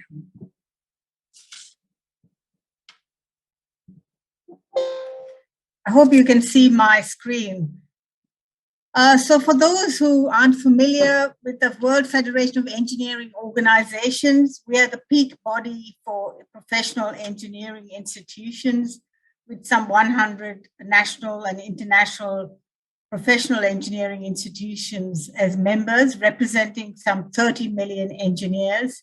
We are the co-chair for the major science and technology group at the United Nations, and we represent engineering at other major UN organizations. A key objective of the Federation since 2018 is to advance the UN Sustainable Development Goals through engineering. We worked with UNESCO and other international engineering organizations to include the declaration of the World Engineering Day for Sustainable Development in November 2019. The UNESCO engineering report, which Professor Yuan Xin has already talked about, Engineering for the Sustainable Development Goals, aligns with this vision and shows the important work that needs to be done by engineers and how engineering can make it happen. In addition, the report shows that we need more engineers with the right skills to advance sustainable development. And the UN Secretary General Antonio Guterres, himself an engineer, agrees and has stated on World Engineering Day, March 2021, as a trained engineer, I'm passionate about the potential of engineering to help solve the most pressing challenges facing our world. Our journey began on our 50th anniversary on 7th March 2018, when we signed a joint declaration with UNESCO on our commitment to advance the Sustainable Development Goals through engineering. This was a historic declaration and the first time that the World Federation of Engineering Organizations had publicly stated its commitment with UNESCO to the Sustainable Development Goals. And this commitment had three important components: to increase the number and quality of engineering graduates, to inform the global standards on engineering education, and support the development of a range of engineering education systems that comply with these agreed standards, and to support capacity building through strong institutions for engineering education. The second UNESCO engineering report, which you have already heard about tonight, demonstrates the role of engineering for sustainable development. Chapter 1, which I authored, recommended that government engineering educators, industry, and professional engineering institutions need to collaborate to increase the number and quality of engineers. There's also a need to work in partnership to develop the necessary international engineering education benchmarks for sustainable development. And these need to be recognized across the world and form the basis of national engineering education systems for engineers with the right skills, especially in Asia, Africa, and Latin America. And you have already heard from Professor Taylor the important work that has already been done in terms of developing that international engineering benchmark, and which was published in September 2021. I would like to talk a little bit about the need for more engineers by presenting some data. This information on this slide is from research done in South Africa and published by the Engineering Institution of Zimbabwe. The table shows the numbers of engineers, but more important are the 3 dot points and the figures shown below. In the South African region, on average, there are 68 engineering practitioners per 100,000, or approximately 7 per 10,000. And the range is from 53 to 2 per 10,000. This compares with around 85 per 10,000 in the USA and around 116 per 10,000 in the UK. And the reason I'm mentioning the numbers per 10,000 is that generally for developed countries, the average is around 100 per 10,000. And so you can see that in some countries in Africa, we need more than 50 times the numbers of engineers that already exist. It's a huge demand that we need to fill, a huge gap. Additionally, there's a positive relationship between numbers of engineers and economic development measured by GDP per capita. And again, this information is from the same research report for South Africa and shows countries that have more engineers like Seychelles and Mauritius have higher GDP compared with other countries like Democratic Republic of Congo and Malawi. Yet another report done by the Royal Academy of Engineering correlates the quality of infrastructure, which of course is generally built by engineers in 135 countries against GDP.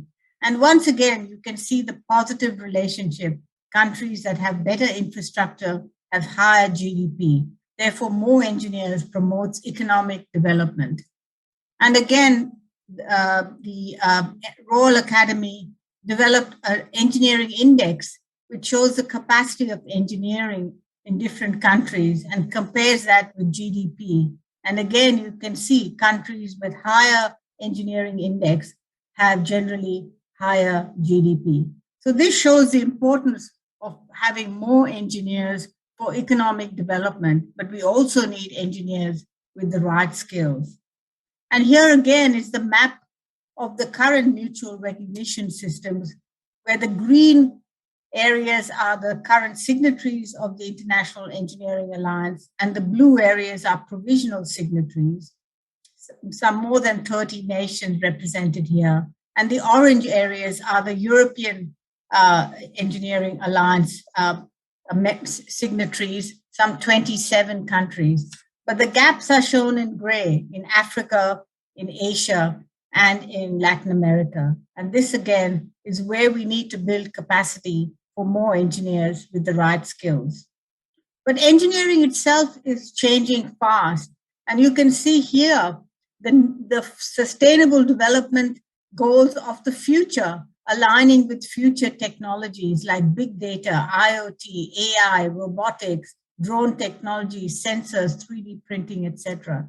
Engineering is evolving and developing very fast, and engineering education needs to keep up with these fast changes so that our graduating engineers are ready for the workforce. And here, yet again, is another example, the rapid population growth and also the rapid changing in technology, communications technology, from 4G in 2015, 5G already here, 6G in 2030, and so on. Again, showing the rapid development. And already the importance of information technology skills is impacting every engineering discipline. Here you see the example for civil engineering, where it is estimated that 90% of the work of civil engineers is embedded in excellent codes, and therefore the routine work can be done by machines and artificial intelligence. So work that took many months can now be done in hours.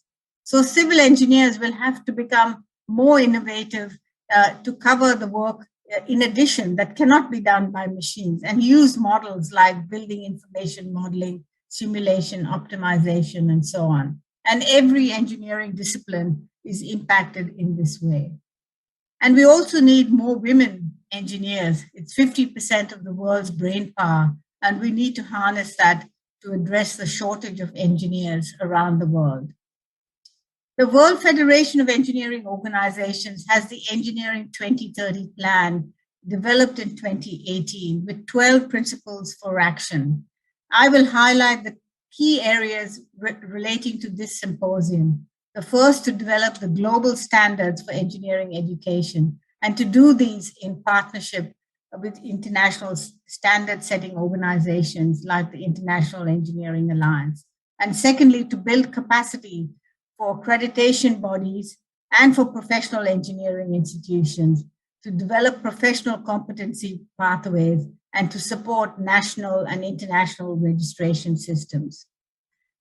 The work of global standards, as I said, has already been done through Working Group 1, and Professor Taylor talked about the membership of that group. And capacity building is currently in progress through Working Group 2.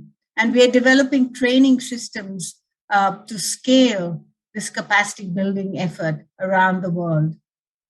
And of course, we are working in partnership with international engineering organizations, not just IEA, but international organizations involved in education, with industry, the consulting engineers, with women engineers, and of course, most importantly, with ICEE, who continues to be a very important partner in this endeavor.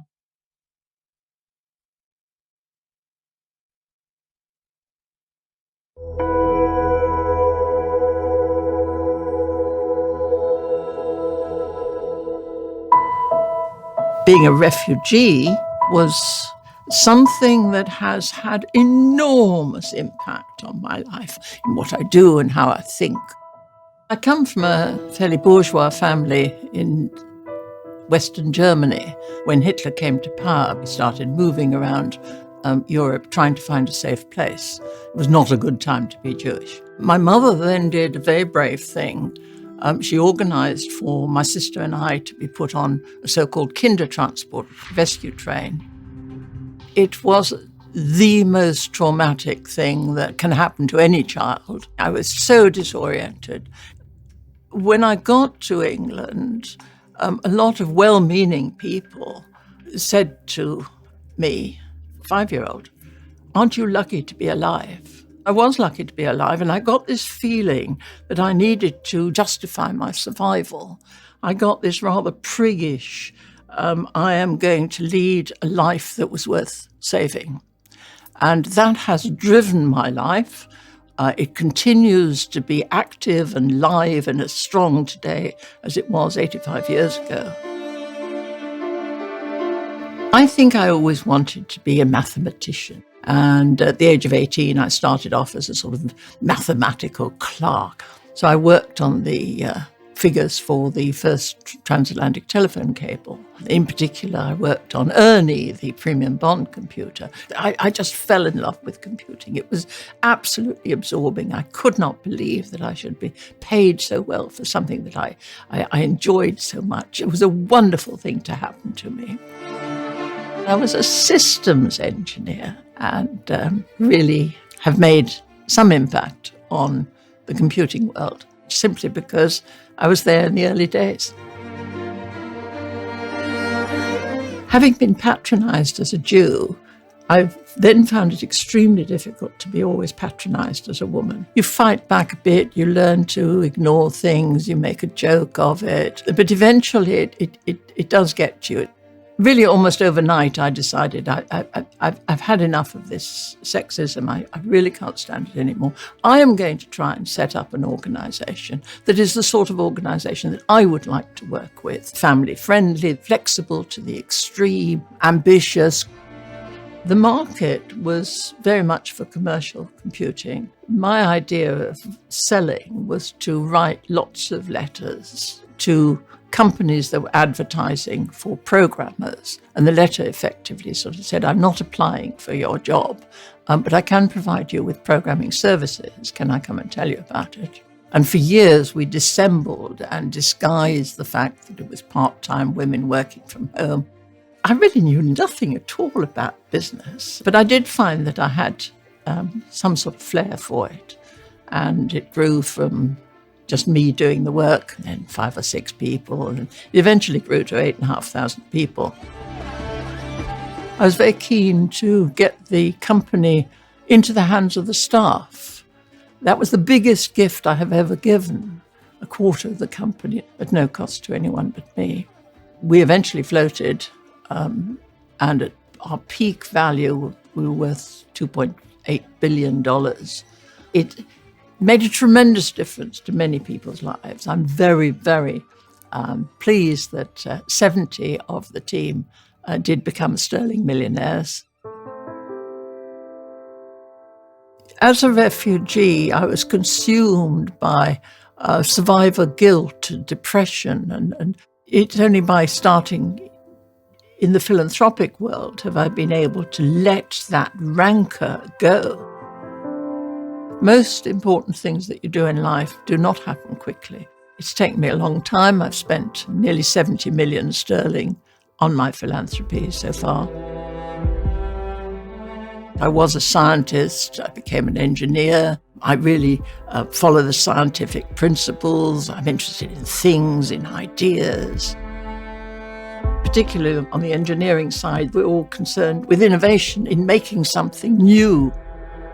Great engineers take other people's ideas, they grow them, they develop them, they credit the innovator, and they have that drive to actually use their skills to make the world a better place.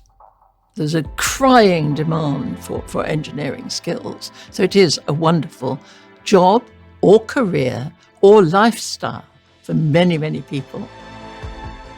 Engineering and technology have given me a wonderful life.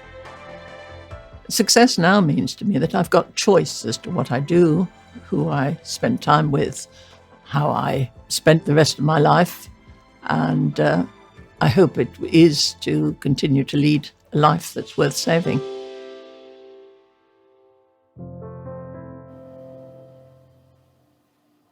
An inspiring message from the Royal Society. With climate change and the rising middle class around the world, with the demand for additional infrastructure, we need to create more engineers. A capacity building exercise is underway now to train those engineers, especially in Africa. The World Federation of Engineering Organizations and the International Engineering Alliance are working with UNESCO to provide more engineers. Dr. Peggy Oti Boateng from UNESCO is going to share some thoughts and some advice on this. Over to Peggy.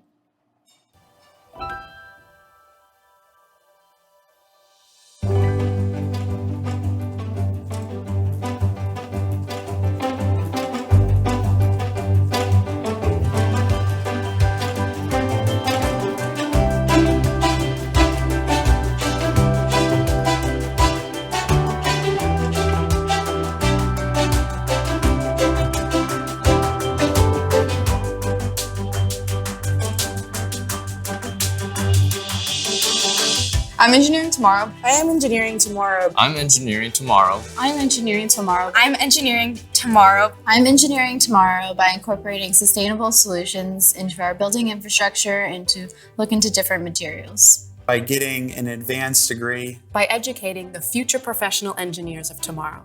By continuing to keep up with the new technologies and the tools that are available. I'm engineering tomorrow by starting research on autonomous vehicles and air quality because that is the future of tomorrow. I am adopting the most innovative new tools to help my clients achieve their goals. Engineering tomorrow is about more than just the things we're doing now. It's about the changes that are happening on the daily. It's very, very exciting. I'm creating environments to teach the next generation of engineers. By looking at a lot of different engineering techniques that integrate both sustainability and different green practices, and it's really great. As I continue to work on my professional development, I also thrive to look for new technologies such as applying drones to the traffic field. I'm engineering tomorrow by keeping myself updated with the latest technology because the projects are just getting bigger and better. My personal goal is to make highways a lot safer. I am helping grassroots initiatives on a local level as well as a national level. I'm not just focusing on the problems today, but also the problems of the future by making our infrastructure more safe, more resilient, and more sustainable.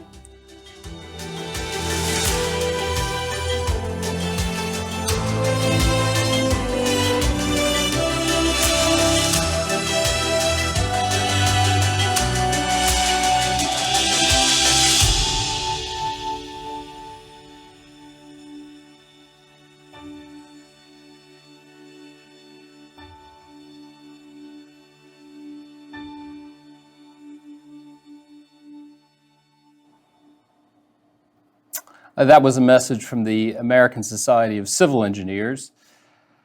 With climate change and rising middle class, demand for more infrastructure, the world's going to need more engineers, and efforts are underway now to increase the capacity of engineers in the world. This is especially true in Africa. The World Federation of Engineering Organizations and the International Engineering Alliance are working with UNESCO to increase the capacity of engineers in Africa. Let's hear from Dr. Peggy Oti Bautung from UNESCO, who has more to share with us. Good afternoon from Paris. It's always a pleasure to meet all of you. We only met last week. I saw Marlene and some of you online, but it's always a pleasure to be with you. I'm just quickly going to run through this, and I'll leave it with you because this is more or less a formal document. As we speak, in November this year, UNESCO has adopted its medium-term strategy. That's for the 8 years. But then we also have 4 years. And just to inform you that UNESCO now, engineering is really, really at the heart of UNESCO's work, you know, as indicated here. And this is to link up with the Sustainable Development Goals and the engineering for the Sustainable report, which we just had, you know, clearly, you know, identifies it. But what member states are calling for is that we need engineering solutions so that we can help solve societal problems. But these solutions must be efficient, transparent, and vibrant, and they must solve problems of the community, which is, you know, closely linked to the UNESCO's recommendation on open science.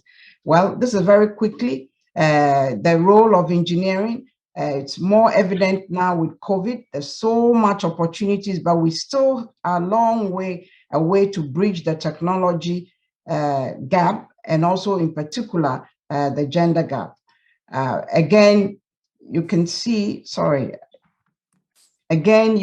that, you know, we really need to work more on academia. We still have very few women in academia, especially in engineering and research. And if you're looking at capacity building, then we need to have many more men and women, but in particular, you know, have women.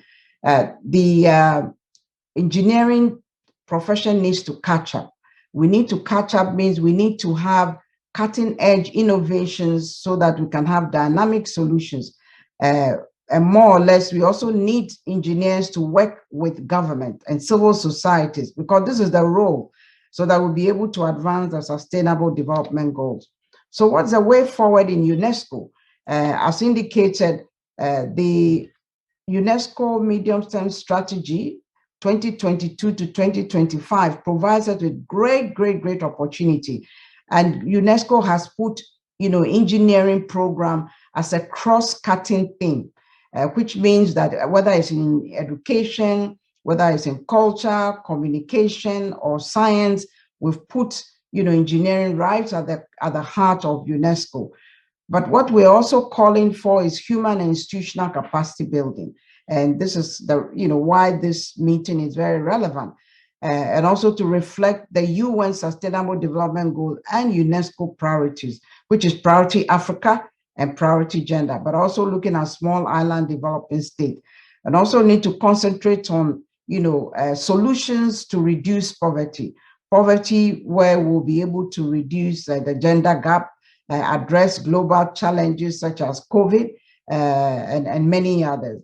The UNESCO Medium-Term Strategy Program would like to advance international collaboration in science, technology, and innovation, with one specific, you know, performance indicator, which indicates that institutional and human capacity building in basic sciences, technology and innovation, engineering enhanced to advance knowledge for sustainable development. So you can see that one of the key performance indicators that UNESCO is looking for in the next 4 to 8 years, it's, you know, to see how we can build capacity in engineering, and hence the importance of this meeting. And we can do that through proclamation of the, you know, the Engineering Day for Sustainable Development, which you have well done We need to continue this. But clearly, what do we want to do? We want to ensure that, and I brought this from the UNESCO Science Report, and this is from Southeast Asia and Ocean, some of the report, indicating that the level of women in ICT in some countries is very high, but many countries is very low. But they also want to link this to enterprise development, women, leading enterprises. And you can see, this is in agriculture, engineering is very low, health, not too bad, natural sciences, not bad, ICT is very, very low. And this is where we would want to see engineering, education, taking advantage of the new paradigm in technology, transformation. So we'd also want to encourage you to use your engineering, already existing Category 2 centers that you have, with a new addition one in Ghana. And I see some of you, here at, internet are connected. So we need these 5, engineering, Category 2 centers of excellence to work together to advance capacity building in engineering, among others. Again, in conclusion, we say that the world needs more engineers, technologists, and technicians. But then we need to start to show how we can teach engineering so that it will be more relevant, provide solutions for the future, especially also enhance investment to be able to drive the Sustainable Development Goals. So thank you very much. This was just a quick one, so I'll stop sharing. Thank you. Engineers Canada is proud to celebrate World Engineering Day. In a time of unprecedented challenge, there is also unprecedented opportunity. Opportunity to come together and realize a future that is safer, more equitable, and prosperous. As the national organization for the engineering profession in Canada, we're committed to being part of this change. At Engineers Canada, we're on a journey. C'est l'histoire de notre organisation, des 300 000 personnes que nous sommes fiers de représenter. And our quest for excellence. Excellence is a word that resonates for us because in our world, the world of engineering, excellence is an imperative. Analyse comparative, réorganisation, formation avancée en gestion. Nous avons commencé à assembler les éléments clés d'une toute nouvelle manière. We solidified a commitment to equity, diversity, and inclusion into our organizational DNA. We have harnessed the power of effective collaboration, creating ways to work far more effectively with the key stakeholders in our world and with the volunteers who provide thousands of hours of tremendous help. We rewrote our strategic planning and management processes in a way that now helps us build continual improvement into everything we do. Et nous l'avons fait avec une équipe formidable. Une équipe du Bureau national qui est petite, stratégique, énergique et hautement compétente. Fueled by imagination and creativity, we work towards the advancement of Canadian engineering through national collaboration. Since 2016, Engineers Canada has been on a journey of excellence and are proud to have been recognized by Excellence Canada with gold-level certification. Why? Because the Canada Awards for Excellence reflect who we are at Engineers Canada, celebrating not just where we are now, but where we are heading tomorrow.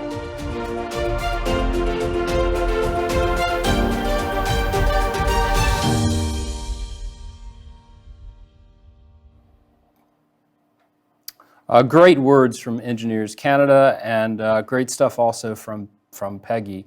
Now we're heading back down south of the border to the American Society of Civil Engineers to hear about engineering resilience in communities, plus their final live event, Public Policy, Infrastructure Investment, and Jobs Act. Civil engineering practice concerns itself with safety. And then it evolved to reliability-based design, followed by risk-informed design. And resilience looks at beyond failure to deal with recovery. So it's really a natural extension of what civil engineers have been doing. It's not a new concept by any means, But it's become so important but what we're learning is that the past is not necessarily the best predictor of the future anymore, that there are changing conditions, and resiliency really captures that opportunity to look at how we might deal with change and to what degree we want to deal with that change. And that to me is a game changer in the whole engineering profession. You're not simply going back to the handbooks and doing the projects that you've done for ages. You're going to be working on new projects with new conditions and trying to figure out how do you build in things like robustness, adaptability, and resilience. So if you have New York City, for example, when it gets hit with a hurricane or a terrorist attack, it's an economic center of the world, and it has far-reaching effects. Same thing in Tokyo. A major earthquake or a tsunami in Tokyo could cause a worldwide recession, if not even a depression. But that's something that a community needs to think about. Often when we do cost-benefit analysis, we're thinking about one project. And really that project may have a rippling effect across the entire community if it doesn't work. If the electrical system goes down, it's very difficult for anything to come back to life until the electrical system comes back. If the roads are blocked, the people that restore the electric power can't get to the electric power to restore it. So there's these complicated interdependencies that have to be thought of. Versus what we've done as engineers for the last 100 years is make things bigger, make things centralized, but that's more vulnerable than having things distributed. You know, from a climate change standpoint, if you have smaller plants versus one large plant, you're better off and more resilient to changes that can occur, or a tornado or an electrical outage. And how can we make the business case that says that you shouldn't be relying on massive injections of cash every time there's a disaster, that we should have that resiliency that means that this infrastructure and these houses and communities that people live will actually be far more enduring. But resilience is critical, and it's very important to infrastructure because it looks at the long-term impacts that climate change have, that changing operating conditions have on projects, and it looks at how do they adapt to those changing conditions and how do they bounce back from situations when an extreme weather event occurs, for example. These storms are happening all across the country. We joke that 100-year storms are happening every week. When you see something like we did in New York State with Superstorm Sandy, we had massive flooding and massive damage. And so resiliency has really become a word that people are a lot more familiar with. We have to build infrastructure that can withstand the wet weather that we're getting, these massive storms. The cities that are leading the practice are essential to help us understand what works and what doesn't. Engineers cannot implement resilience alone. It takes a lot of people to undertake implementing a resilience program. I think engineers need to be talking to a lot of different kinds of people to create a well-functioning, resilient world. You know, when we talk about community resilience, the stakeholders that are involved in that is really everybody in the community. The public is involved, the leadership of the community is involved, the designers are involved, the contractors are involved. Everybody has a part to play. From my perspective as a county government official, I would encourage engineers to be both the technical expertise that we need and the leadership that we need. Resilience and sustainability have a number of commonalities, but there's also a number of differences. Sustainability is a concept or a notion that's broader than resilience. Sustainability includes resilience. A non-resilient system is non-sustainable. So I think of sustainability as being the things that you do to last for the long term. I think of resilience being a more active response to the threats that may occur in the future. I'm very concerned about the future, but in the same sense, I'm very optimistic that the engineers of today and tomorrow and the new ones we're getting out of college will have some excitement, perhaps, that they never had before. Certainly, there's some serious problems out there. We continue what we're doing, and we continue to warm the planet. We continue to use up resources. The challenges are going to be great, and our challenge particularly is going to be how do we maintain our quality of life in this new era. It's important that we all pay attention to what's going on worldwide because we can learn from each other. It's one planet, it's one set of hazards, And it's one set of resources that we have to work with. It really to our benefit to pay attention to what happens and to pay attention to how people respond, how they're able to work around the issues so that we can find the most effective way to create resilient communities.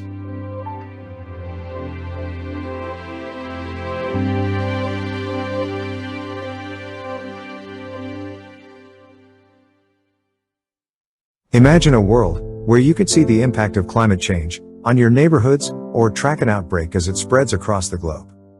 Welcome to Geospatial Technologies, a pervasive engineering field that integrates technologies such as Earth observation, geographic information systems, and many more related technologies. To help us better understand our planet and ourselves, governments and organizations around the world are using geospatial technologies to make a difference. Today, geospatial technologies are more important than ever. As we face global challenges like climate change, and as we embrace sustainable practices, it's easier than ever before for organizations and citizens alike to take advantage of these powerful geospatial solutions designed by some of the brightest minds in technology today. Your organizations can also benefit from the use of geospatial technologies in areas such as climate mitigation and adaptation, measuring progress towards sustainable development goals, and in areas such as disaster resilience, energy transition, and sustainable infrastructure. Talk to us and our members. Let us collaborate and make a difference together.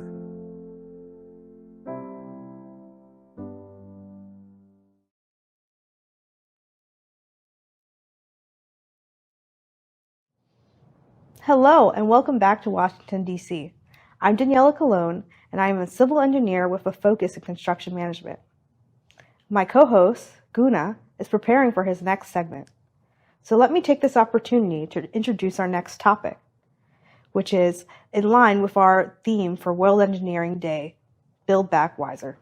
Here in the United States, our government recently passed the largest infrastructure legislation ever. This historic legislation will provide over $1 trillion in U.S. currency to build back better and wiser. This legislation is a result of more than 2 decades of advocacy by engineers to call attention to the challenges facing our infrastructure and to demonstrate the benefits of modernizing and expanding our infrastructure. This model of advocacy has been embraced by the UK, South Africa, and India, and we believe it is the roadmap for public policy changes in the future. Without further ado, let's meet Anna Denicky and Dennis Randolph, who will be joining Guna. Over to you, Anna.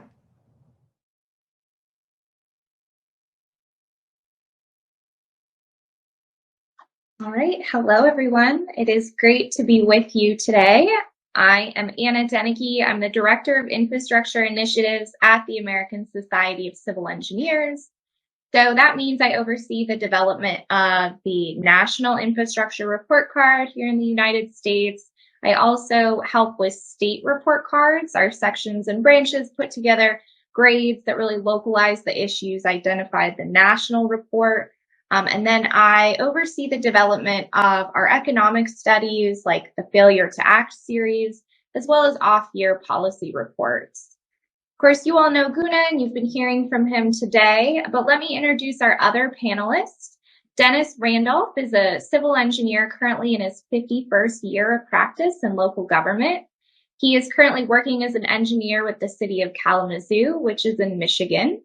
And over the years, he has served as a traffic engineer, city engineer, and director of public works for communities in Michigan, Missouri, and Virginia. He's earned a BS and MS in civil engineering, as well as a master's of public administration. He has over 20 years of classroom and virtual instructional experience and is currently an adjunct instructor for the University of Missouri, Kansas City, where he instructs in construction engineering. So thank you for being with us, Dennis and Guna, as well. Before I open it up to questions for you all, I just wanted to set the stage a little bit with this panel. We are coming on the heels of a major infrastructure investment bill that passed Congress that was referenced just a few minutes ago. We're very excited about that, but this success did not happen overnight. Really, it is the culmination of decades of advocacy efforts by ASCE members and the infrastructure community at large.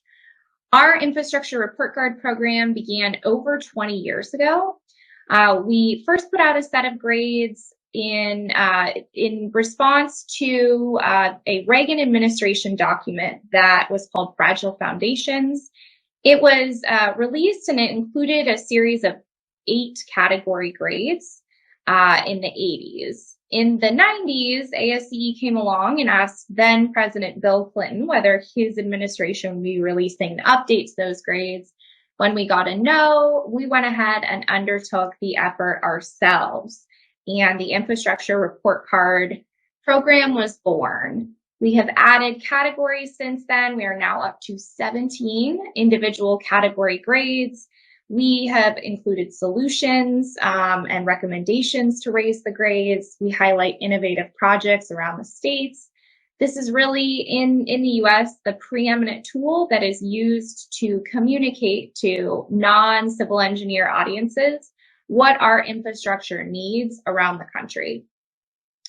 So after over 20 years of advocacy efforts, we have successfully earned many achievements throughout the states. And then this past November, we saw passage of the $1.2 trillion Infrastructure Investment and Jobs Act. So I want to turn it over to Dennis, maybe to talk a little bit about the current iteration that was released in March of 2021. Talk about what the release looked like, if you don't mind, and maybe a little bit about the impacts the most recent set of grades had on this infrastructure bill. Sure. Thank you, Anna. I was thrilled to be part of the process. It's an important process, and it's even nicer when it has results. I think just to start out, as the new report card was issued, in a virtual world, it's a virtual document, and that was great for everybody, not only to be modern and keep up, but to allow a lot of different folks to look at this document and to share it easily. That's always important when you're trying to talk with elected officials or non-engineers about engineering matters.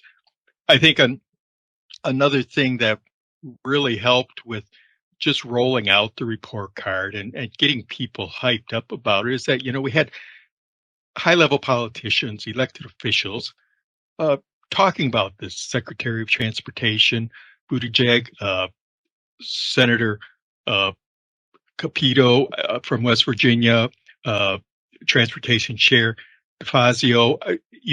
That's the kind of support you need. You need support from a lot of all the branches of government, and you need it across both aisles, which is, I think, one of the things we were able to get. And I think it's because of the report card. The report card was an interesting document. Working on it was really a thrill for me. I've been in the business a long time, and being able to look at a nationwide level and to talk about conditions is something that I think was important. It is important, and it was important for me.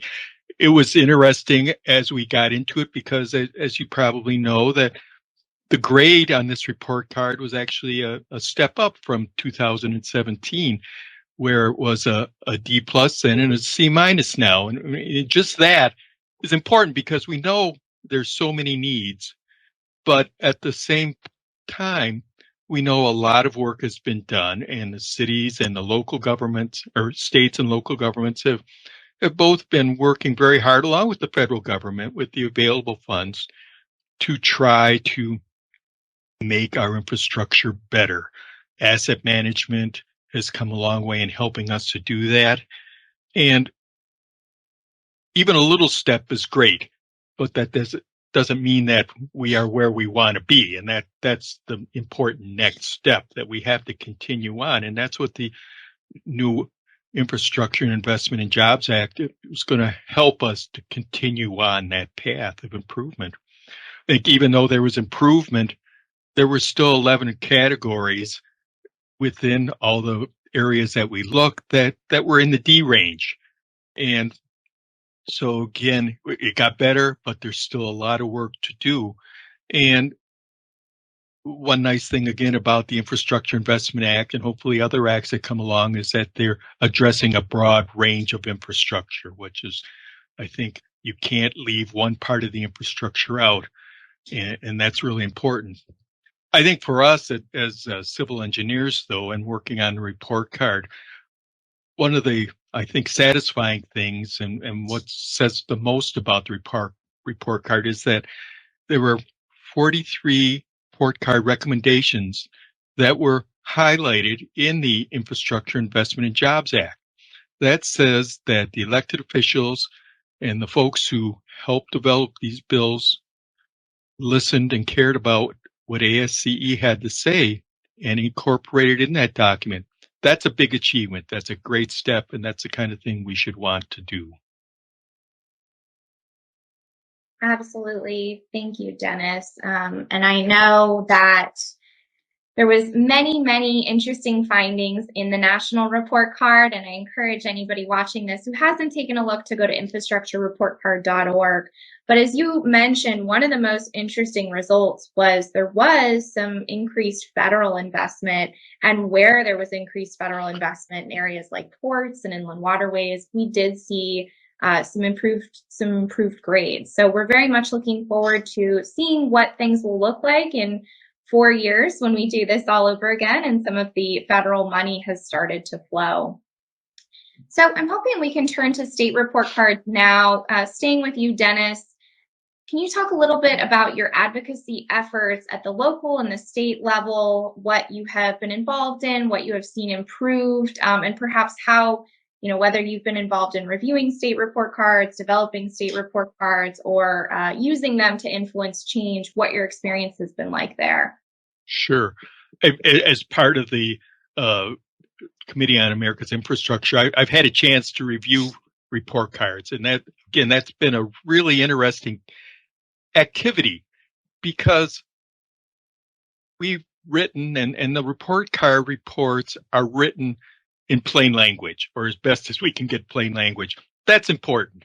We're talking to folks who are interested in infrastructure but don't know the details, and that's fine. They don't have to, but it's our job to explain clearly and thoughtfully to them what's going on. And one of the tasks, the most interesting part, I think, of reviewing report cards is being able to make sure that the language is correct, that we aren't speaking either too high or too low to people. You can't do that also.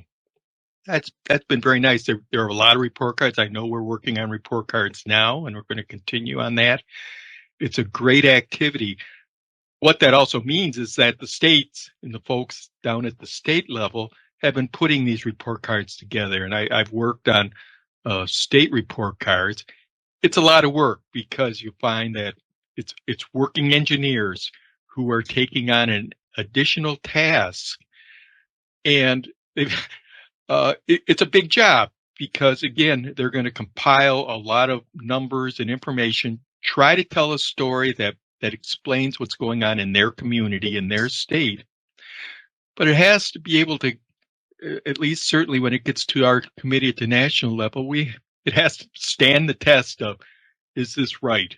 Is this telling the story that we need to tell folks in order to get support for infrastructure improvements? As a local government engineer down at city county level, I have to talk certainly with city councilmen and county commissioners. I've done that a long time, but we've always had to step up, and we go to the state capitals a lot like the ASC has a fly-in at the national level. We have local calls and visits and fly-ins to, again, educate those folks. Often with federal aid especially, you need a match. And often that match hinges on how states provide funding to communities or how communities can raise funds. So in order for us to be successful with federal dollars, we have to make sure that local and state officials help us to be successful to have the match money that we need. That's kind of one of those constant themes that we've heard about over the years. Do we have authority to raise money? How much can we raise? How can we spend it? I think another big thing that we see, especially I know back here in Michigan where I am, but also in Missouri and other states where I've worked, asset management is a big part of what we're doing.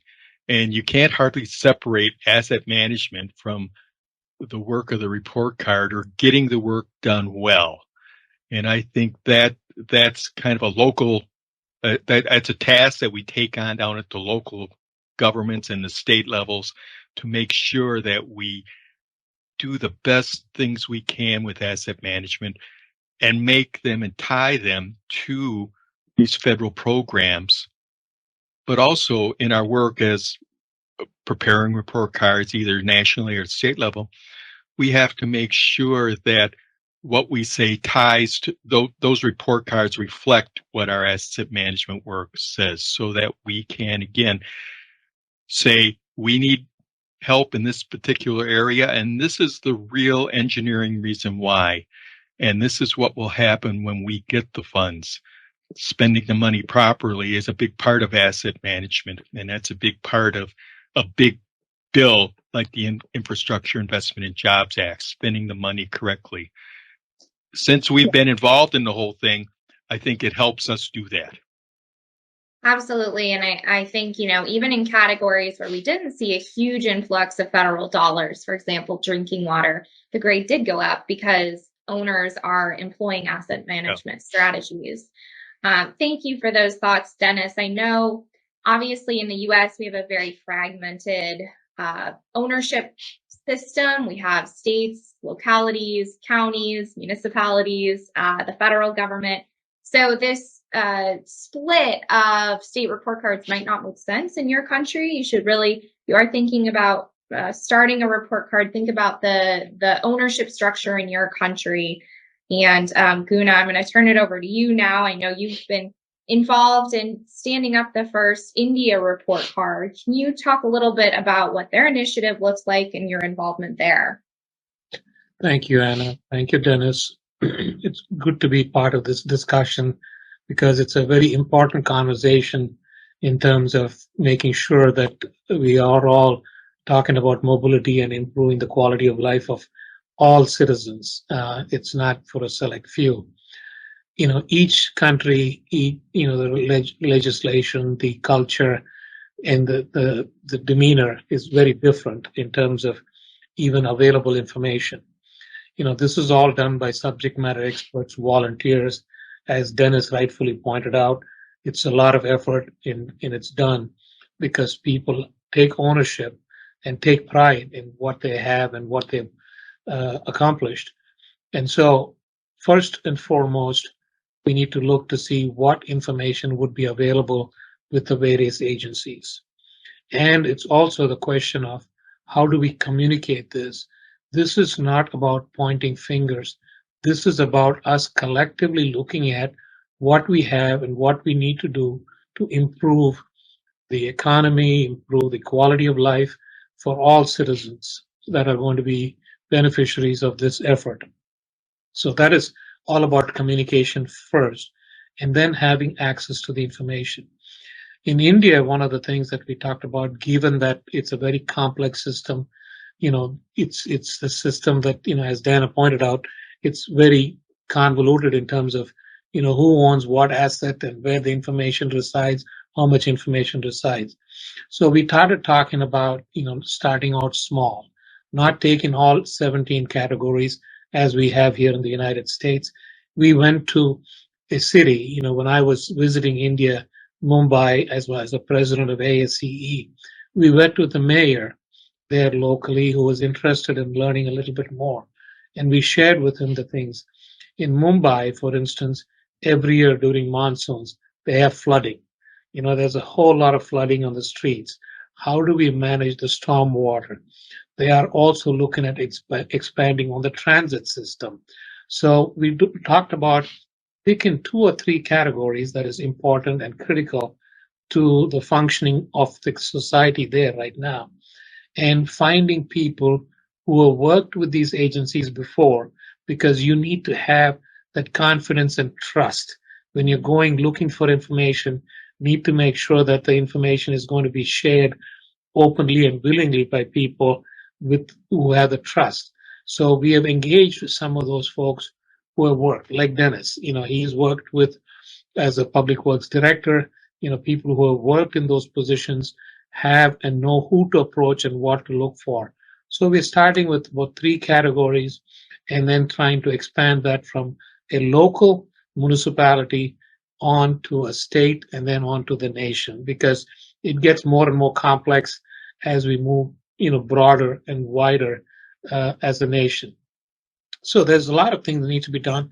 It has to be tailored to a particular region or a country based on what needs to be done. ASE staff, I know Anna, Emily, and others are willing to, talk to folks, share with you the information that needs to be and how it can be done, what needs to be collected, and so on. So it depends from country to country. I know this has been such a huge success here now, especially with the passage of over $1 trillion in investment. We also need to figure out, to make sure it doesn't turn out to be the perpetual raindrop that doesn't hit the ground. Even though we have that investment committed, we need to make sure that we as engineers are diligent about how that investment is being spent so that it is going to be for the future and future generations. So different countries have adopted this differently. And one other interesting thing, one of our good friends and a member of ASCE in Spain, they not only looked at it from their internal perspective, they also, because being in the middle of Europe, they compared their infrastructure report with the adjacent countries. It's not just within the region. They look to see how does their infrastructure, fare compared to their adjacent neighbors. So it's different ways of looking at things. So it's just a question of how much you want to do and what you want to do and where you want to start. So it's going to be tailored and it has to be region specific. And it's going to take time.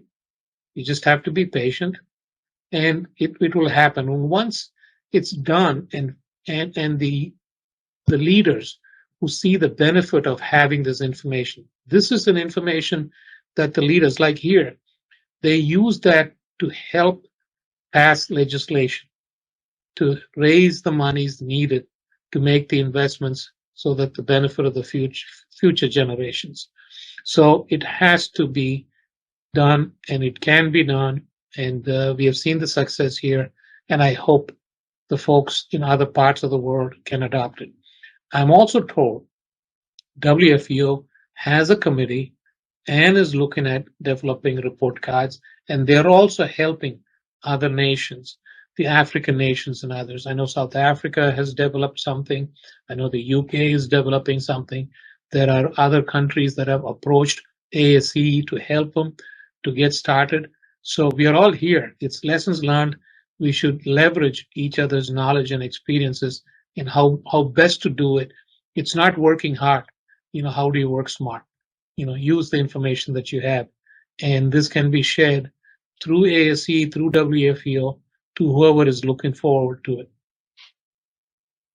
Thank you, Guna. And I would just add to that, if you are looking to stand up an advocacy campaign around the need to invest in infrastructure, make smarter policy decisions in your country, one tool that already exists is the World Economic Forum's infrastructure rankings. They do break it down by mode, as well as overall competitiveness of the systems. And they look at, as far as I know, almost every country in the world. So we have used those numbers as well. The US ranks so-and-so in the world for the strength of its transportation system. And we found that is a accepted measure and a effective talking point in Congress as our lawmakers debate how to improve our systems here in the US. So we have just a few more minutes. Any closing thoughts, Dennis or Guna, before we hand it back over? I think just in closing, it really is helpful that a respected organization, a professional organization like ASCE, be the lead in work like this. When you go to elected officials, it brings credibility to things that are presented to them, and that's very, very important.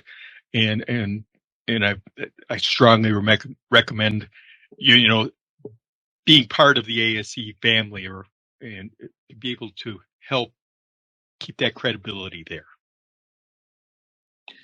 Great point, Dennis. I think, organizations like ASE or WFEO and other organizations within the respective countries, it is considered to be an unbiased broker in this deal.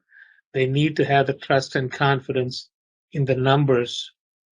Here we talk about grades, but in other countries, the system is a little different, or the grades, how they rank it, because there has to be good background information that substantiates the grades that are being assigned. I think ASE has done a great job.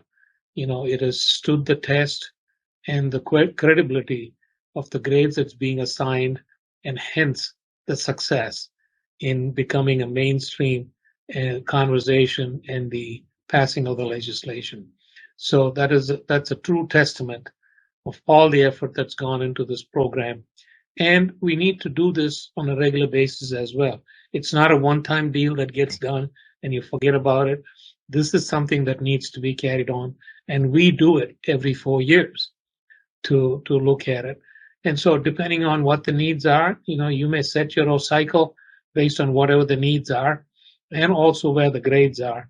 So, need to tailor it to what your needs and how you want to set this up, but make sure, as Dennis pointed out, that it has a good backbone of credibility and trust that people can rely on and move it forward. And with that, we wish you all the very best, and feel free to reach out to any of us to find out what else can be done. And ASE, WFEO, willing to support anybody who's willing to do this, because as engineers, we are problem solvers. We would like to help improve the quality of life for everybody. So thank you, and thanks for the opportunity to share this great success story to the rest of the world. Absolutely. Can't say it better than that. Thank you all. It was a pleasure to speak with you today. Thank you. Thank you.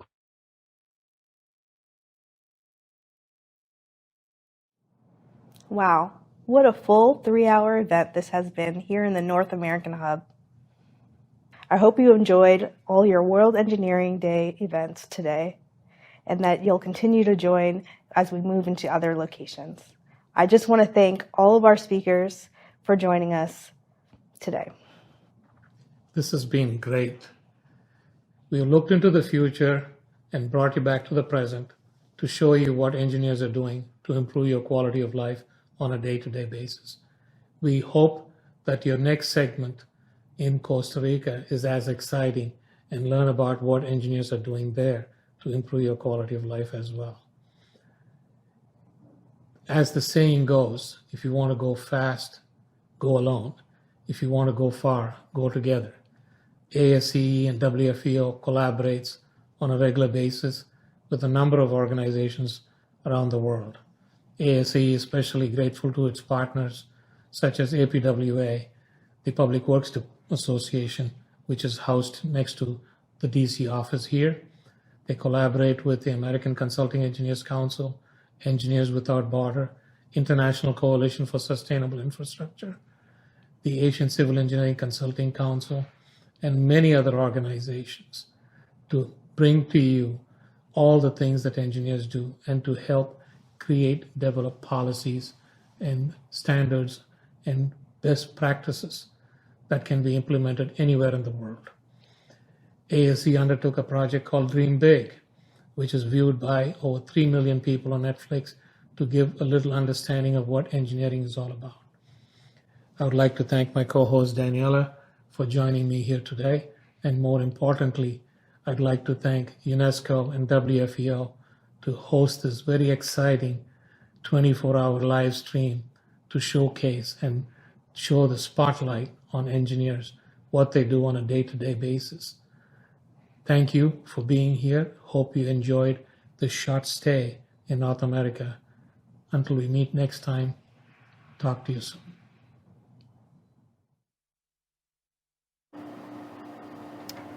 So that's been a great update from World Engineering Day USA. It's good to hear that my home country is contributing and that the American Society of Civil Engineers is looking forward to how engineers are designing the new future.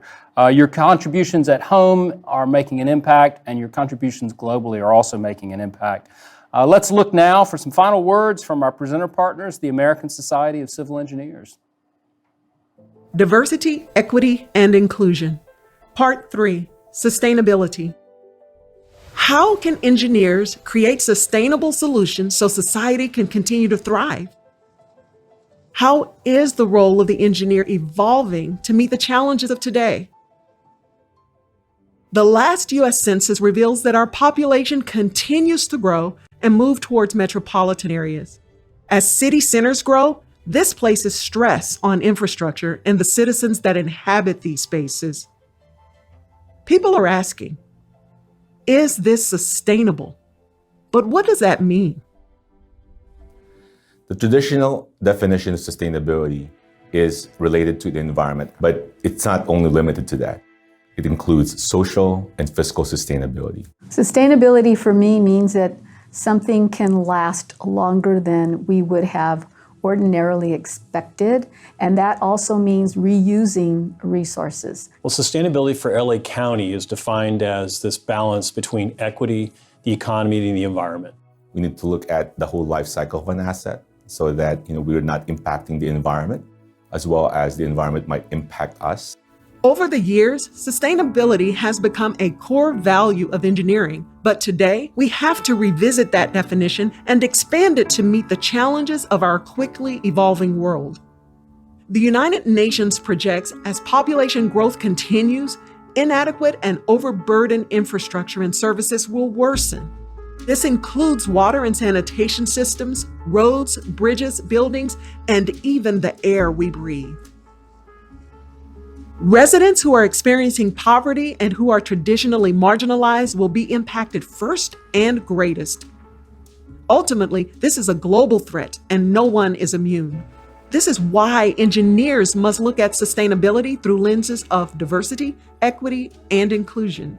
This board has really taken it upon themselves to look at inclusion, equity, and diversity. And what it's causing us to do is really look at how we utilize our property and assets that the county already has. Instead of having to go out and acquire new things, we can repurpose, reuse, and also be more inclusive of how we integrate the services for the very people that we should be serving. Here at LA Metro, our Chief Sustainability Officer looks at all of the resources that we have, fiscal, environmental, as well as social issues, so that we can be a resilient and sustainable transportation system, serving not only Los Angeles, but the transportation industry in general. The engineers, the public works agencies, the health department, and our elected officials have to come together to think about a more holistic approach to that issue.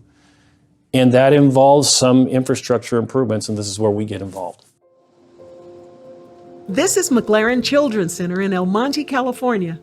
It has been closed since 2003 and is literally walled off to the community.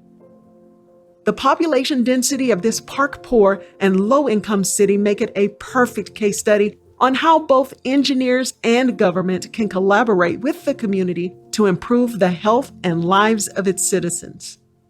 One of my thoughts and ideas was to repurpose it, to reinvent it, to recreate it into something else, something better, and to hopefully lift up the community there, which is predominantly Latino.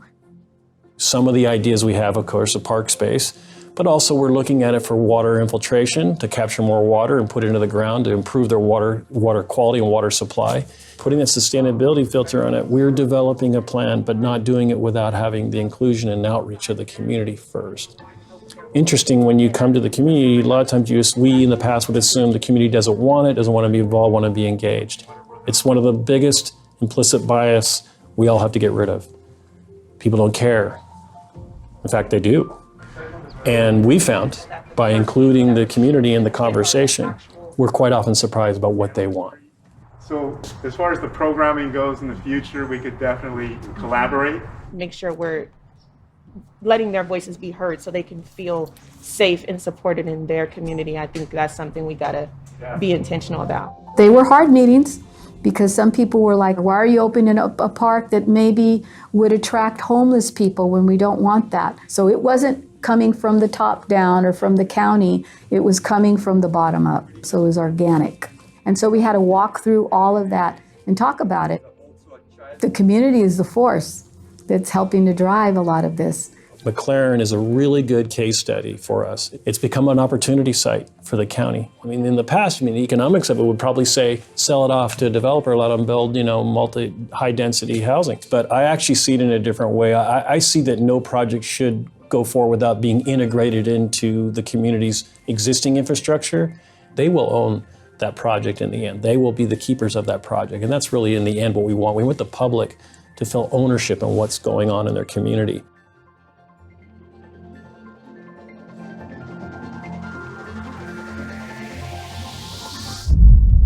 Currently, out of necessity, makeshift encampments are forming all around the country. Nowhere is this more evident than in Los Angeles County, where there are over 60,000 unsheltered people living. We're the community's builder. We're the community's built environment keeper. We maintain and operate that for the community. And for those that are tax-paying property owners who don't like the idea of us spending that money on them, I think they have to look very quickly at how that unhoused person, an unsheltered person, that condition is affecting their quality of life. And engineers, public works departments, the private industry has an absolute obligation ethically, because of what we know and how we know what solutions will work, to chip in to make a difference about it. The Care First Village in downtown Los Angeles is currently a 232-bed housing facility for people experiencing homelessness. This project's integrated approach to sustainable infrastructure includes not only repurposing the vacant county-owned land originally slated to become a jail, but the structure itself is sustainable. The ADA-compliant residences are all repurposed shipping containers that would normally be discarded or sold for scrap.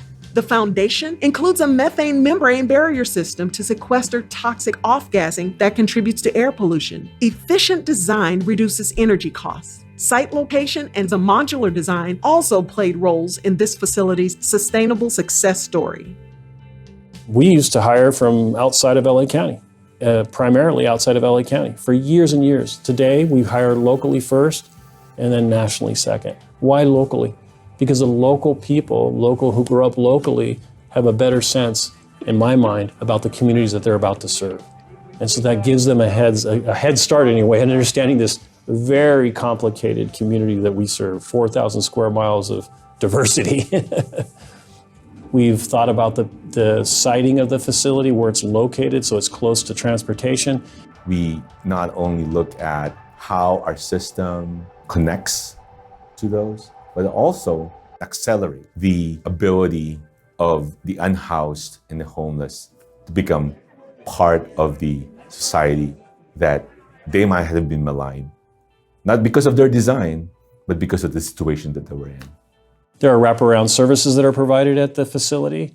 There's job training at the facility. We don't tackle the problem at 63,000 people at a time. We tackle it one person at a time. Caring, empathy, compassion. These are just a few of the skill sets needed for the engineers of today so they can build and design for increasingly diverse, equitable, and inclusive communities of tomorrow. We have an obligation as scientists, as engineers, as architects, as planners, to know and think about the future for future generations so that what we build today doesn't burden that future generation. We're not just a transportation system. We are a glue to bring all of our people together in ways that we've never imagined. The board physically looks very different. It's all female. You have one African American, you have one Latina. And I think all that helps us to kind of come together and problem solve. Taking a holistic approach to problem solving, infusing principles of diversity, equity, and inclusion is the way forward, both in principle and in the makeup of the problem solvers themselves. The engineer is and will continue to be perfectly positioned to make a world of difference.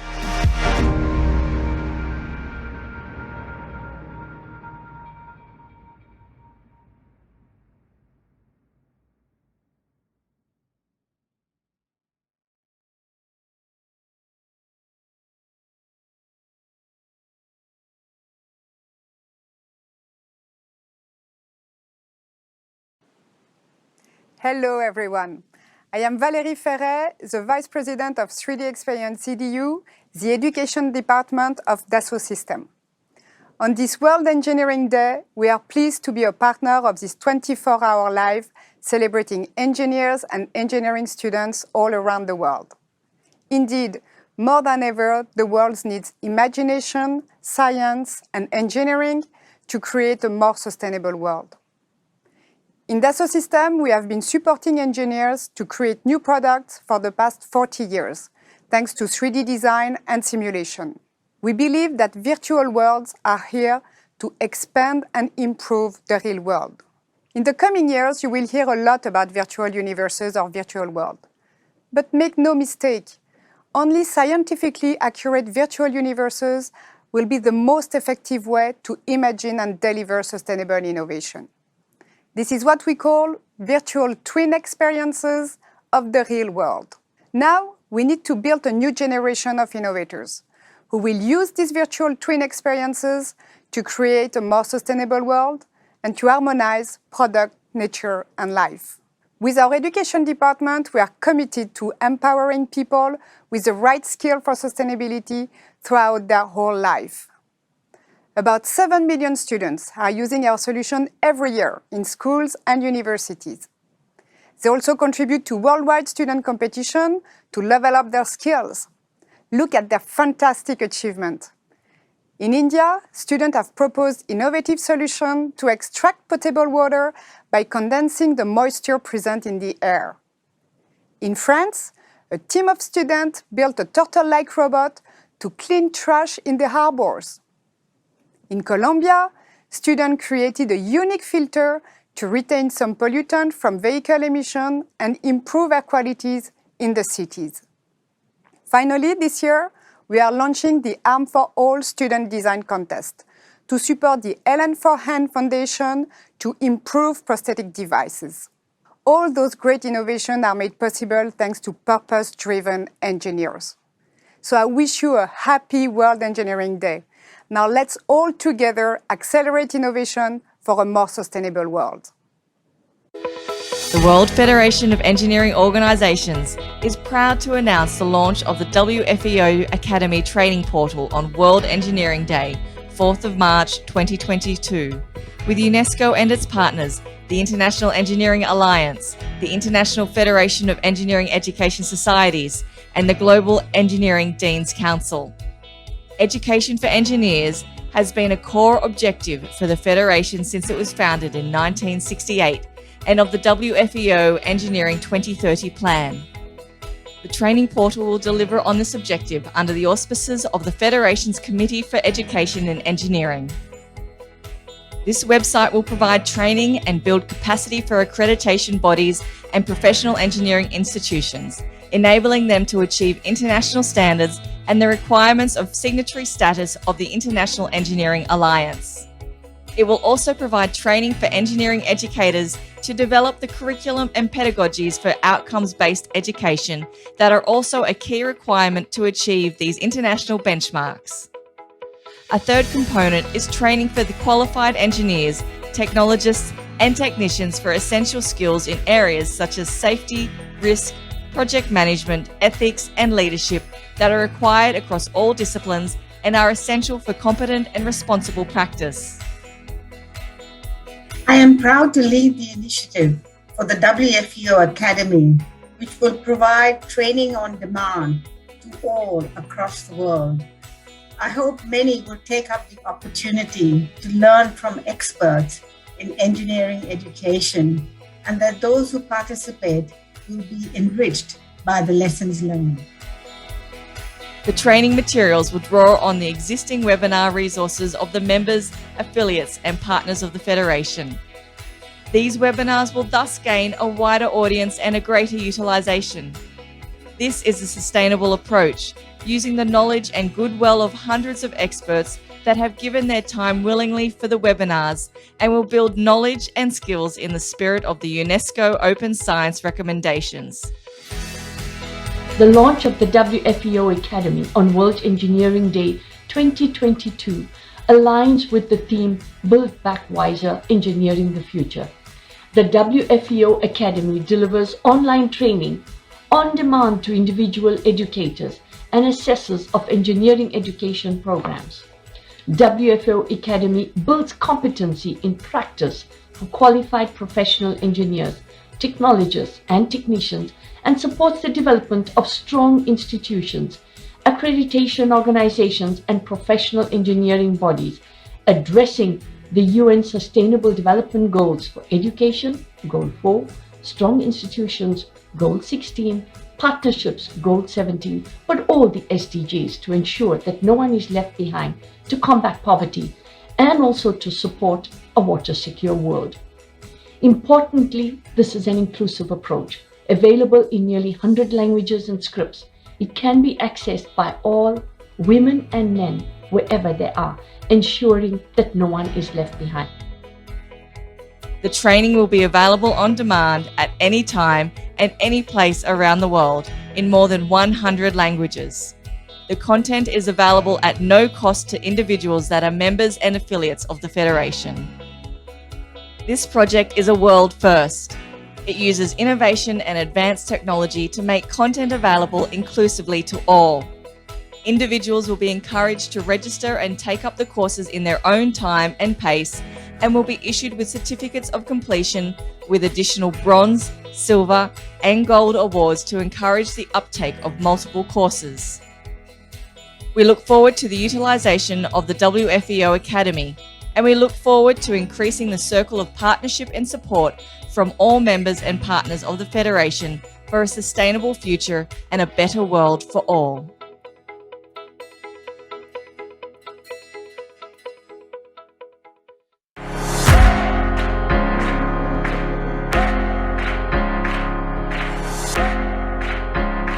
In the early days of Intel, Robert Noyce once said, "Don't be encumbered by history. Go off and do something wonderful." And wonderful, we did. For more than 50 years, we transformed computing, putting Intel Silicon at the heart of innovation. But with all the breakthroughs we made, all the possibilities we created, what's truly wonderful is we did it together.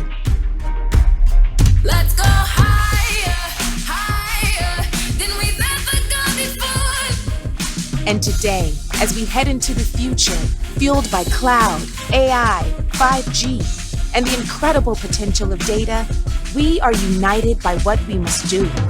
We're making Intel hardware and software a catalyst for a better tomorrow. To protect our planet, make technology accessible to all, and enrich the lives of every person on Earth. Because the truth is, if you have an idea and Intel inside, you have everything you need to go off and do something wonderful.